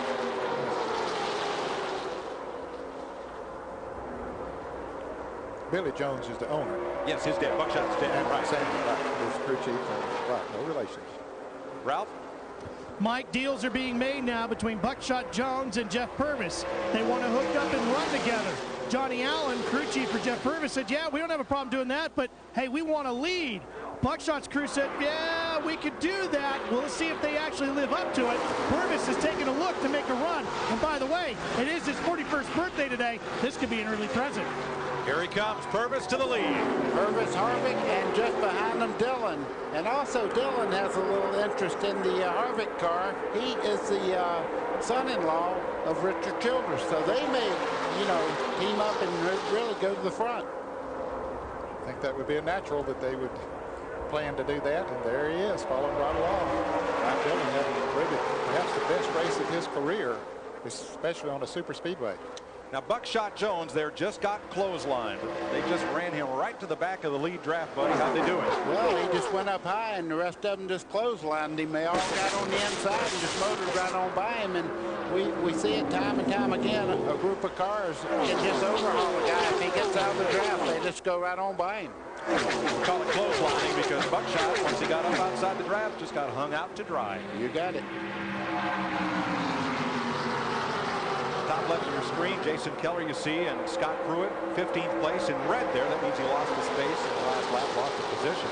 The driver displayed in green on his position bar there has gained a position in the last lap as you look at that rundown. There's Terry Labonte in the 44 there, and Michael Waltrip also making a charge towards the front, and Randy LaJoie, who was in the pits for quite a while, but just behind them in the 25 car there, Kenny Wallace. He stopped, made a fuel stop just before they got the green flag. He may be the guy that can go the distance and win this thing. Well, Joy stated, you said he was in the pits a while. I think they were just packing every ounce of gasoline they could in his car, so he might try it also. Right behind Michael Waltrip, riding with Joe Nemechek, the Cellular One cam. Kenny Wallace to the inside. This is 8th and 9th place.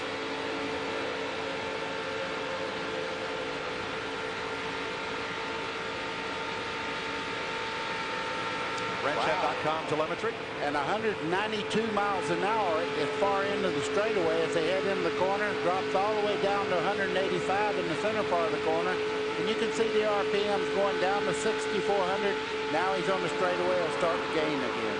Well, in pole qualifying, this was the fastest car. But when NASCAR checked it in post-qualifying inspection, they're only allowed to have a certain percentage of weight on each side of the car. And Nemechek did not meet that rule, so he had to requalify second day and come out of the back of the field from 26th to 8th. And he's got an awfully good car. I just noticed he moved to the high side of the racetrack and was actually passing cars on the outside by himself. Well, we've seen a few cars break away there a little while ago, but now others have moved in on them. You know, when you're leading here, it's like you have a huge magnet on the back of your car. It seems like everybody wants to get there and race you. And Kevin Harvick right now is showing great maturity for lack of experience here, but Joe Nemechek in the silver car back there looks to be very, very strong. Nemechek just moved past Randy LaJoie to take over 7th. Dick Berggren. Well, Sandy Jones is Buckshot Jones' crew chief. We're getting on down to this thing, bud. What can you do about winning the race? I don't really know. Them 4 guys ahead of us pretty fast. Right now, we're just trying to ride around, try to save a little bit of fuel. The cheese is plenty right now, just a little bit tight. So we're going to have to make a little another adjustment if we get another caution. How far can you go on this load of fuel?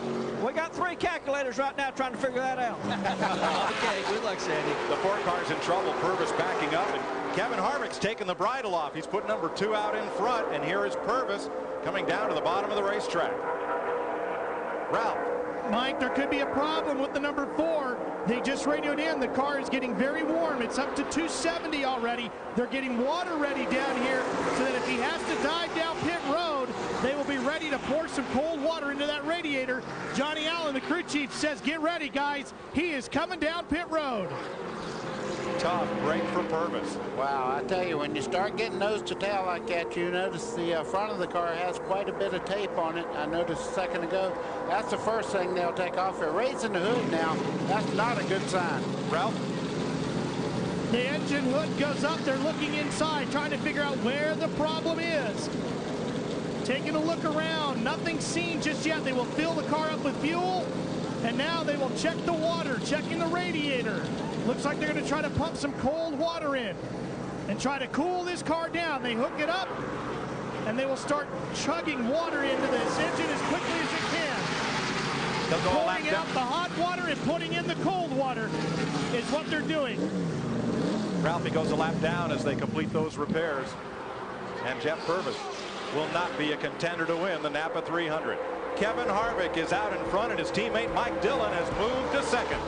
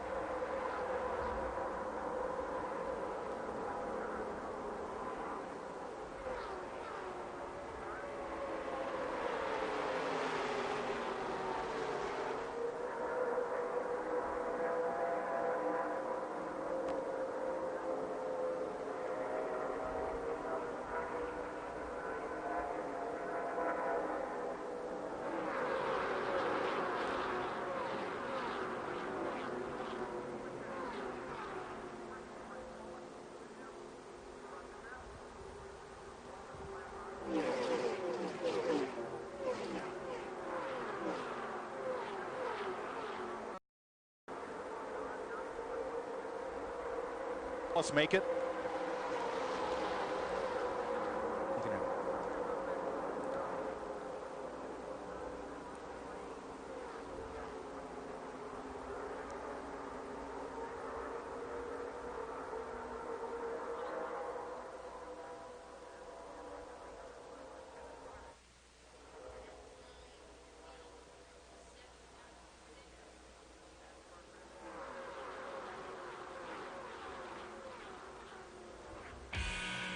It's not Monday, it's Mondave on CBS. Don't miss TV's 4 best comedies as you get ready to welcome David Letterman back to the Late Show for all new episodes, CBS Monday. Sky-high views of today's Napa Auto Parts 300, courtesy of the Bud 1 Airship and Budweiser, official beer of NASCAR.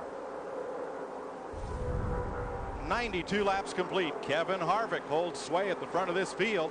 But now it's Buckshot Jones on his tail and Terry Labonte, the two-time Winston Cup champion. And he's just been sort of quiet in this race, as we've seen so many years in all kinds of competition. He just sits there and lets them wear themselves out and sizes them up and makes his strike near the end of the race. He's positioned himself well. We're talking about Terry Labonte, perhaps the most experienced at drafting of anybody in this field. And right behind him, three more Winston Cup drivers: Joe Nemechek, Kenny Wallace, Michael Waltrip. Every one of them really good on this racetrack. So this thing is far from over. I would be tightening my seatbelts up about right now, realizing you're going to have to do something pretty special to win this race. One thing you may have to do is stop for fuel. The timing that last caution flag may not allow all of these cars to go the distance, maybe none of them. I think it'll be very close for even those who prepared themselves. Buddy mentioned that Kenny Wallace had come in and Randy LaJoie came in late on that last caution flag, topped their fuel tank off. So it'll be interesting to see if anybody can. Ralph? Jeff Purvis had such a great race going. Jeff, did you have any indication of the motor problem developing? Well, right before we had started having trouble, I told Johnny and them, I said, I got to get in the lead because the temperature gauge had jumped up, and I thought it was just because I was drafting behind some different cars that made us have a little bit more water temperature, but that wasn't the case. You know, well, I hated for Porter Cable. His first race in Busch for him, and I really felt like we had a good chance of winning this race. We had a great car yesterday, and it's one of those things that knocked us out. Bill Stevens. Joe Nemechek started 26th after a green flag pit stop earlier in the race. He fell to 28th. He's now 4th. Crew chief Brian Patty, first of all, Joe have enough gas to go the rest of the way? Oh, no problem. Wagner on the motor built a great engine. It's got great miles a gallon. Does he have enough car to get to the front? That could be a problem. Nothing like an honest man here at the racetrack. To Dick Bergeron. Well, you were talking about fuel mileage a moment ago, Mike. I am in Kevin Harvick's pit where crew chief Todd Berrier tells me they can make it all the way on fuel. No problem. You're also talking about Terry Labonte, and that's a wonderful story because his son, Justin, did all the testing in that car. Terry Labonte drove it just one lap prior to this race today. Ken Squire. And what a story we have developing for the finish of this 300-miler. The kid from the streets of Bakersfield, California, Kevin Harvick, leading, a rookie in this race. But here come the big guns. Labonte in third, Nemechek fourth, Kenny Wallace fifth, Waltrip back there in sixth. They're beginning to rumble. They're moving toward that leader. Can Harvick hold on as a rookie and win the 300? We're going to know shortly. Here's Mike Joy. Well, Terry Labonte, they call the Iceman, and he's been on ice here, biding his time. This is his 6th start in the 300 on Saturday, but he started over 80 races at Daytona, including 21 Daytona 500s and 21 Pepsi 400s. All of the experience in this field, no one has as much as Terry Labonte as getting to the front and winning. I'm looking back, even Jay Sauter back there. He's in that front group right now in the 43 car. No experience here to speak of, but he is doing one whale of a job. There's a lot of guys out there right now that are way beyond their years as far as experience right now, because every lap they make, that makes them a little more of a veteran here at Daytona. Coming up later this afternoon on CBS Sports, we'll have coverage of Thursday's 125-mile qualifying races, the Gatorade 125s that set the field for tomorrow's Daytona 500. And you'll see those sprint races next year on CBS. Buddy Buckshot Jones has not made a move on Kevin Harvick. Why is he holding station in second place? I think right now he's having the same thing that we've seen so many times this week. I think he has a little arrow push in the center part of the corner. I noticed the car got off the bottom of the racetrack and moved up the center part of the racetrack. Terry Labonte went with him. That helped him a little bit to regain some speed down the straightaway. Ned, those front three cars could not get away. Here comes the pack. Yeah, the pack is caught up to him. And one guy that's, look at Matt Kenseth, car number 17, he's found a high groove up there by himself, but he's been passing some cars. Now, Randy LaJoie goes back around him after he had got it beside of him going into the turn, but he has passed several cars up there on that high side. That's Mike Dillon on the inside of the racetrack battling Kenseth. They're going to drop in line behind him. Yeah, but he's having handling problems also. Mike Dillon is. Hadn't been long ago that he was in second place in this race. 99 laps this time by. Kid Harvick leads them here at Daytona.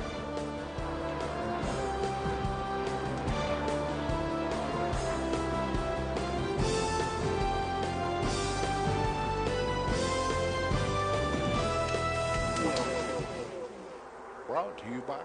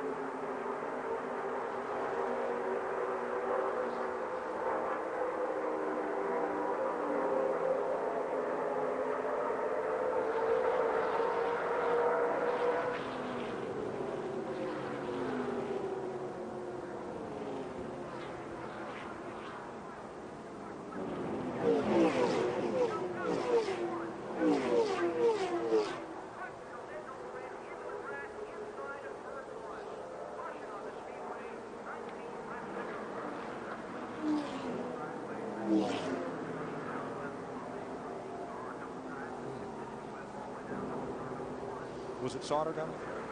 I think.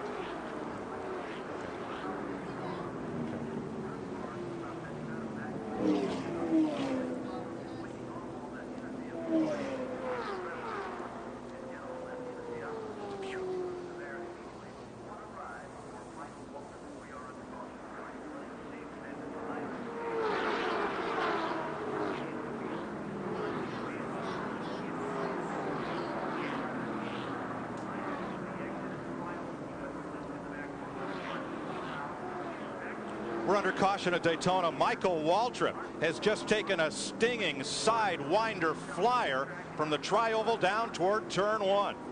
One car got in the back of him and he went for a ride, and he's climbing out okay. Under his own power. They're not having to help him out. That's a good sight. I think that roof has been mashed down a little bit and closed the window area. Michael is a big guy anyway and needs all the room he has. Throws his hand up, waves to the crowd. That was a wild ride. So Waltrip will get into the ambulance for that mandatory trip to the care center, which has had a busy day. And there is no sheet metal left of the top of that windshield and leading edge of the roof on Michael Waltrip's car. You can see where the windshield was and where it's all pushed down. Look at here. Ripped right through it. Is that abraded 1,000 feet down the asphalt? And you notice the windshield is made out of a substance that does not break anymore. So a long time ago that would have went up in the grandstand. So they're going along with safety all the time. Michael was running in 6th position when this happened. He came by the start finish line. Let's take a look at what did happen. He's going to get a tap here, Ned, as he comes off the tri-oval down on the inside of the racetrack. Right there, he gets touched right there. Now this car goes way up in the air. When it turns around, you see it start to fly there. Turns completely up and pancakes right down on the roof. That's what did all that roof damage you were talking about. Then it goes into a barrel roll. side over side many, many times. Now it's on the nose of the car and then hits hard on the back. That looked much like Ricky Rudd's flip here in 1984 in what was then the Busch Clash. Here's another look. Jay Sauter has a little push coming out of the tri-oval and just gets into Waltrip.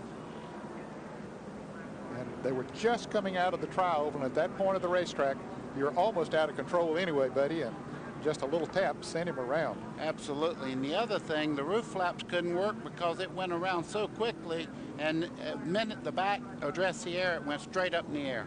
Buddy, the pits are open. Dick Berggren. Kevin Harvick is in. He is going to take 2 tires. The 00 Buckshot Jones has beaten him out. Childress wanted to take 4 tires on that number 2 car. The pit crew overruled him. They took 2 because they wanted the car to be a little looser. Buddy, you've owned a race team. What happens when you overrule the man who signs the checks? That's not a good thing. You will hear about that when you go home, I'll tell you that. Wow, Michael Waltrip's number 7. Not much left. Well, here he is. That's Jay Sauter right there. They make contact. Jay Sauter turns to the outside, gets away from Waltrip. Right here, you can see the back come off the ground.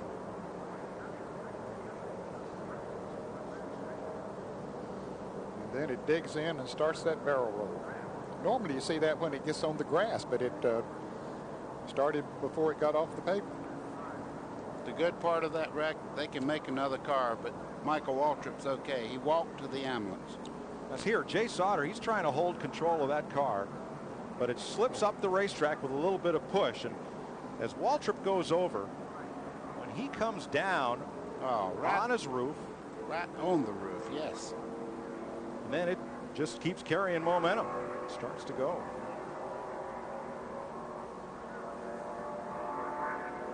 You know, I raced for 35 years, and I never did that. Good thing. Never did that. Thank goodness. Here's another look. You see the back end just lifts up off the ground. You see it's going to come right down on that, about the top of the windshield. Any way you look at that, that was hard contact. That just tells you the cars are very, very strong. You know, in recent years, NASCAR has mandated added bars to the roll cage, including one down the center of the windshield and one which would be where your vent window would be if cars still had those. And I think that bar, that vertical bar, helped prevent the windshield, the top of the windshield of Michael Waltrip's car from collapsing down on him, and certainly saved him from serious injury. You're right, and that bar runs right down in that area of the windshield, and they call it the Earnhardt bar. From Randy LaJoie.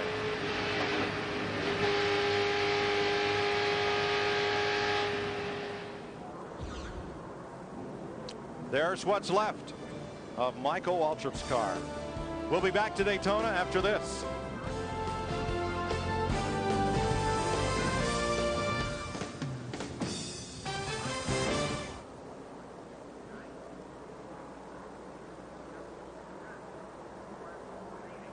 Well, when you draw something, it just changed.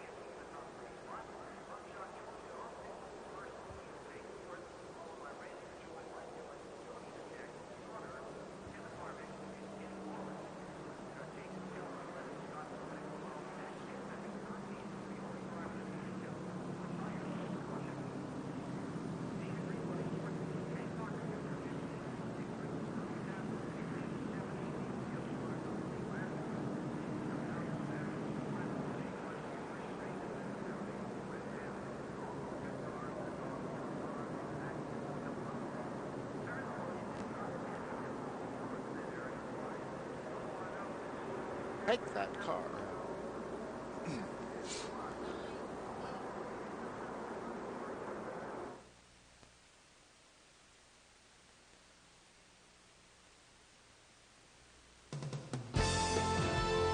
Welcome back to the NAPA Auto Parts 300, part of Speed Weeks 2000 at Daytona, presented by Fritos. Michael Waltrip's car is a wreck. He is okay. Now, here's that bar I was talking about right down from the windshield. Of course, there's support bars and structure all around here. Now there's one in the middle of the windshield. That bar at the vent window saved him. That's not the worst car Michael Waltrip's ever wrecked. If you want to see the car nobody can believe he climbed out of, go to the International Motorsports Hall of Fame at Talladega and see the one he wrecked at Bristol, Tennessee.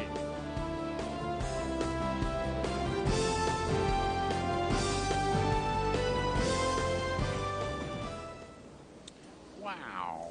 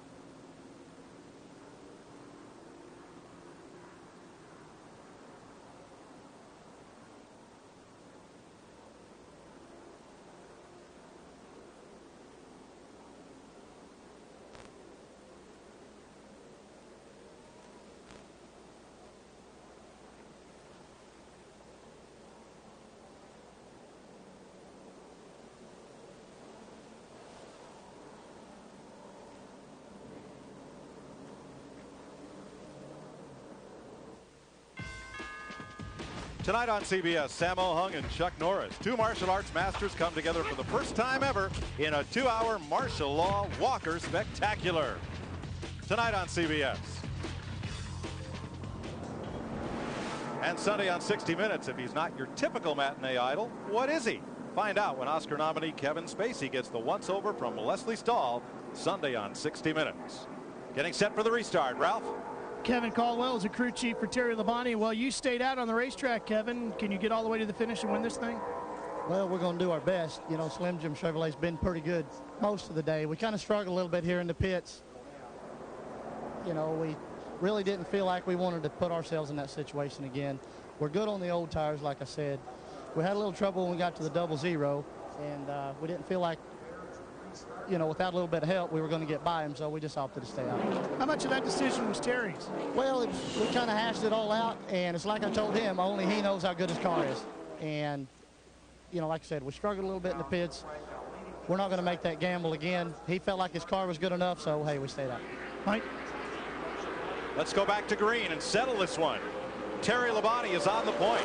Phil Parsons, who started this race more times than anyone else in the field, is that blue car in second. Jason Jarrett is third. They did not make pit stops under this yellow. And I was going to point out about Phil Parsons. You know, he won at Talladega, so he is good on this type of racetrack. Buckshot Jones is fourth. Randy LaJoie fifth. Mike Dillon sixth. Nemechek, Sauter, Harvick, and Kenny Wallace, who had a lug nut problem on his pit stop, back in 10th.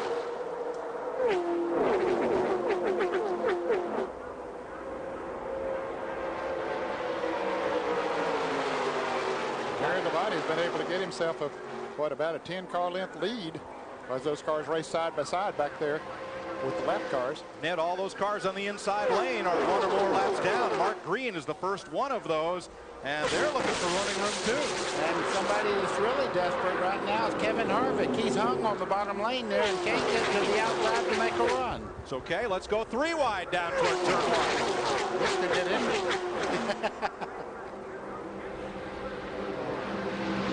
Well, another miracle and a straight driving guy in the center. There was nothing happening there. They all got through it. Backing up there, Jason Leffler, who's off the lead lap by 1. And Terry Labonte will have 80 Daytona starts worth of experience to figure out how to keep these young guns behind him. Well, I know one thing. The Attaboy Award goes to the 2-car of Kevin Harvick. He made a move to the outside, passed about 5 cars, and now he's moved himself back into contention again. Harvick in only his 2nd Grand National start ever. As we watch from Joe Nemechek, now there's a lap car right behind the leader.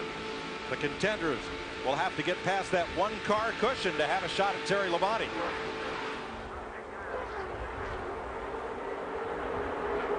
Jason Jarrett got shuffled back there. It's about 4 or 5 cars went by him going into turn 1. Hey, and here comes Kenny Wallace. Kenny Wallace is up for 3rd. That lap car is Mark Green, 63. Harvick and Wallace trying to bear down.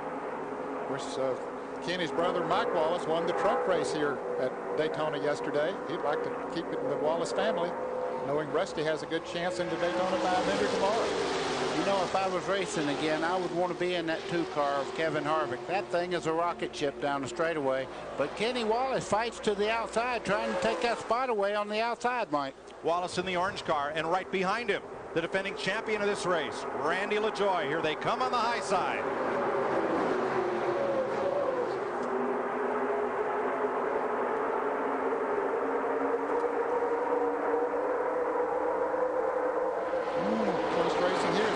Going 3 wide down on the inside.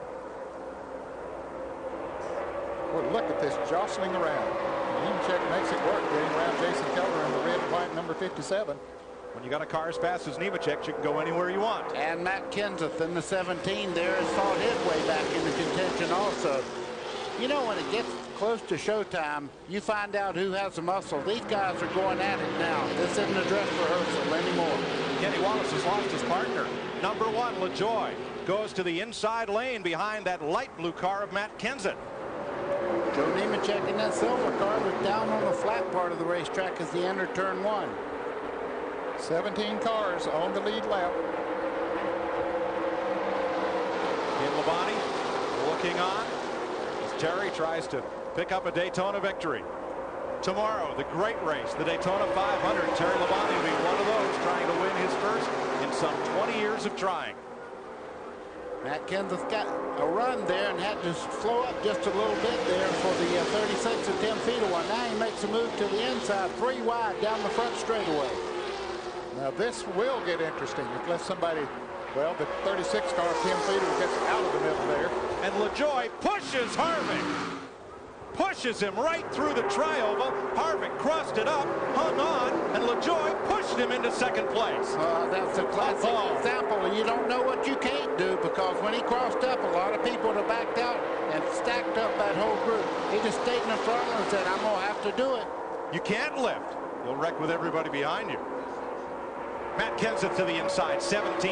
Light blue car coming up for 3rd. Jay Salter in the 43. How many times has he dropped back and made his way back up to the front? LaJoie number 1, Wallace 25, and Buckshot Jones 00 still looking for that front spot, but out front, Labonte hangs on. 7 laps to go.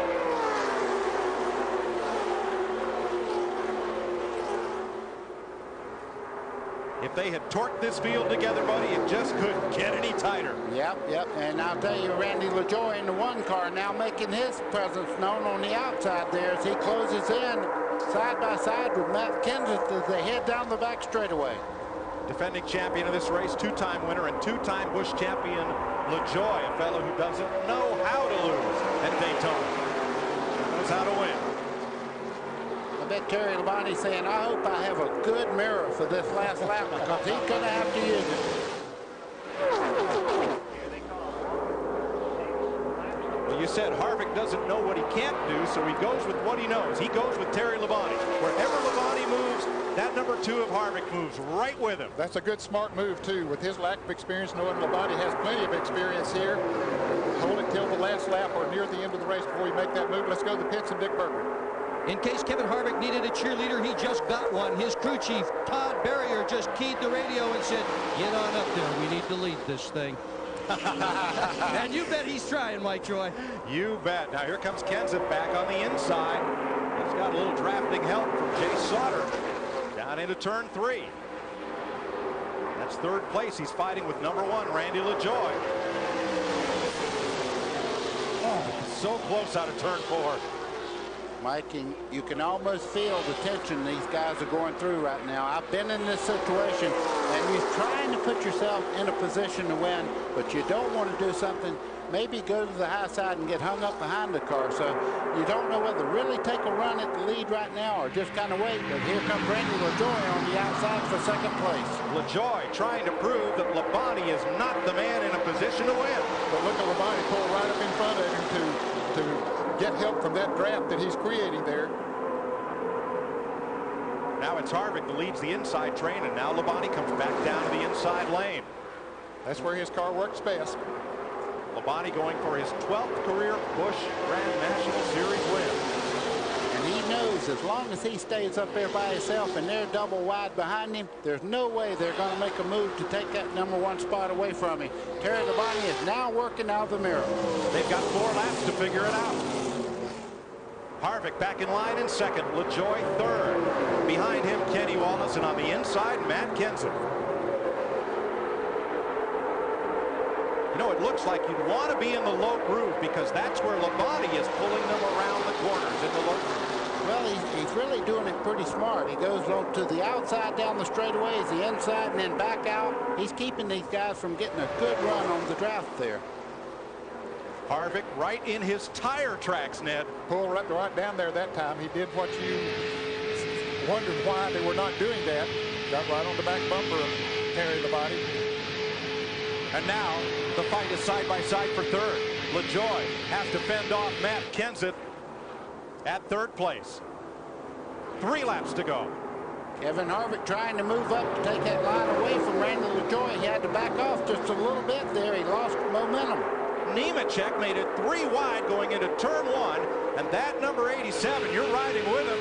He's up to 4th place suddenly. He wants to be a contender. He's got a shot at it. The bad part is he's out there right by himself. Now, Terry will go in and go to the bottom of the racetrack here. He has the benefit of the draft, and you can see him pulling the 1 car there, Randy LaJoie, in the center part of the corner. Looking behind Randy LaJoie. Nemechek on the inside, and LaJoie clears Matt Kenseth, who drops in behind him. Now they're smart. They're nose to tail and in line right now, but here comes LaJoie again. 2 laps to go. Can you hold your breath for 90 seconds? Oh, yeah. Yeah, if you're running that well, you can do anything you have to do. Terry Labonte saying, please race, boys, behind me. Double wide there. He likes that double wide view that he sees in his rearview mirror. And as you said, he's driving with the rear view mirror. He's going to whichever car gets the run, which right now is the 2 car. He's going to try to pull right in front of him. 2 cars trying to go to the high side. Let's see if Labonte, he moves right up there in front of him. But here comes Kenseth, 17 on the bottom. He's going to draw even with Harvick. He's going to edge Harvick. He's going to have a chance for the lead. Here comes Kenseth. Kenseth got sideways off the corner, but they're side by side back to the start finish line. White flag. Who wants it most? Nemechek on the bottom with Matt Kenseth. We know he can go 3 wide. Terry Labonte now has no choice but to be on the outside this time. He needs for the 2 car to get up there very close behind him as Nemechek is moving up. Nemechek is in the tire tracks there, and he's actually pushing the air there. It looks to me like we're drawing away. Matt Kenseth is moving out front.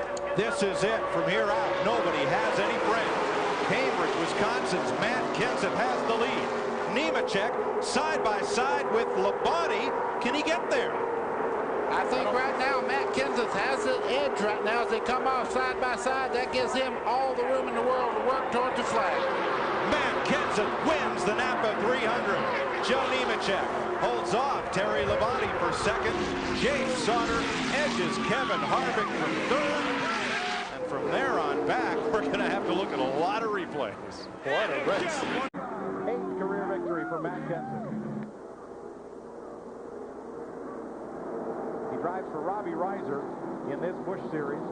Jack Roush and Mark Martin adopted Kenseth, brought him to Winston Cup in a car that Roush and Mark Martin own, and that's where he'll race all this season, is in Winston Cup. Mike, can you imagine they're calling him a rookie tomorrow in the Daytona 500? He'll have to carry that yellow stripe on his Winston Cup bumper all year. But he is a champion of the NAPA 300. Kenseth led laps 10 to 21, and then the final 2 laps. And we'll meet him in victory lane when we come back.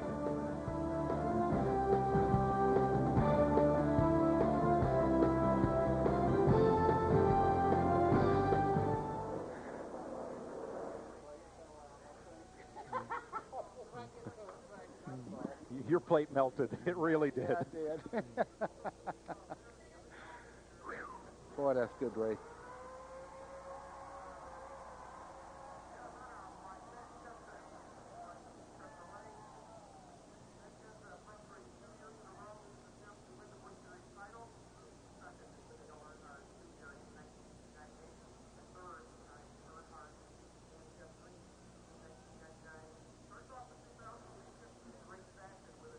CBS Sports presentation of the NAPA Auto Parts 300 is sponsored by NAPA.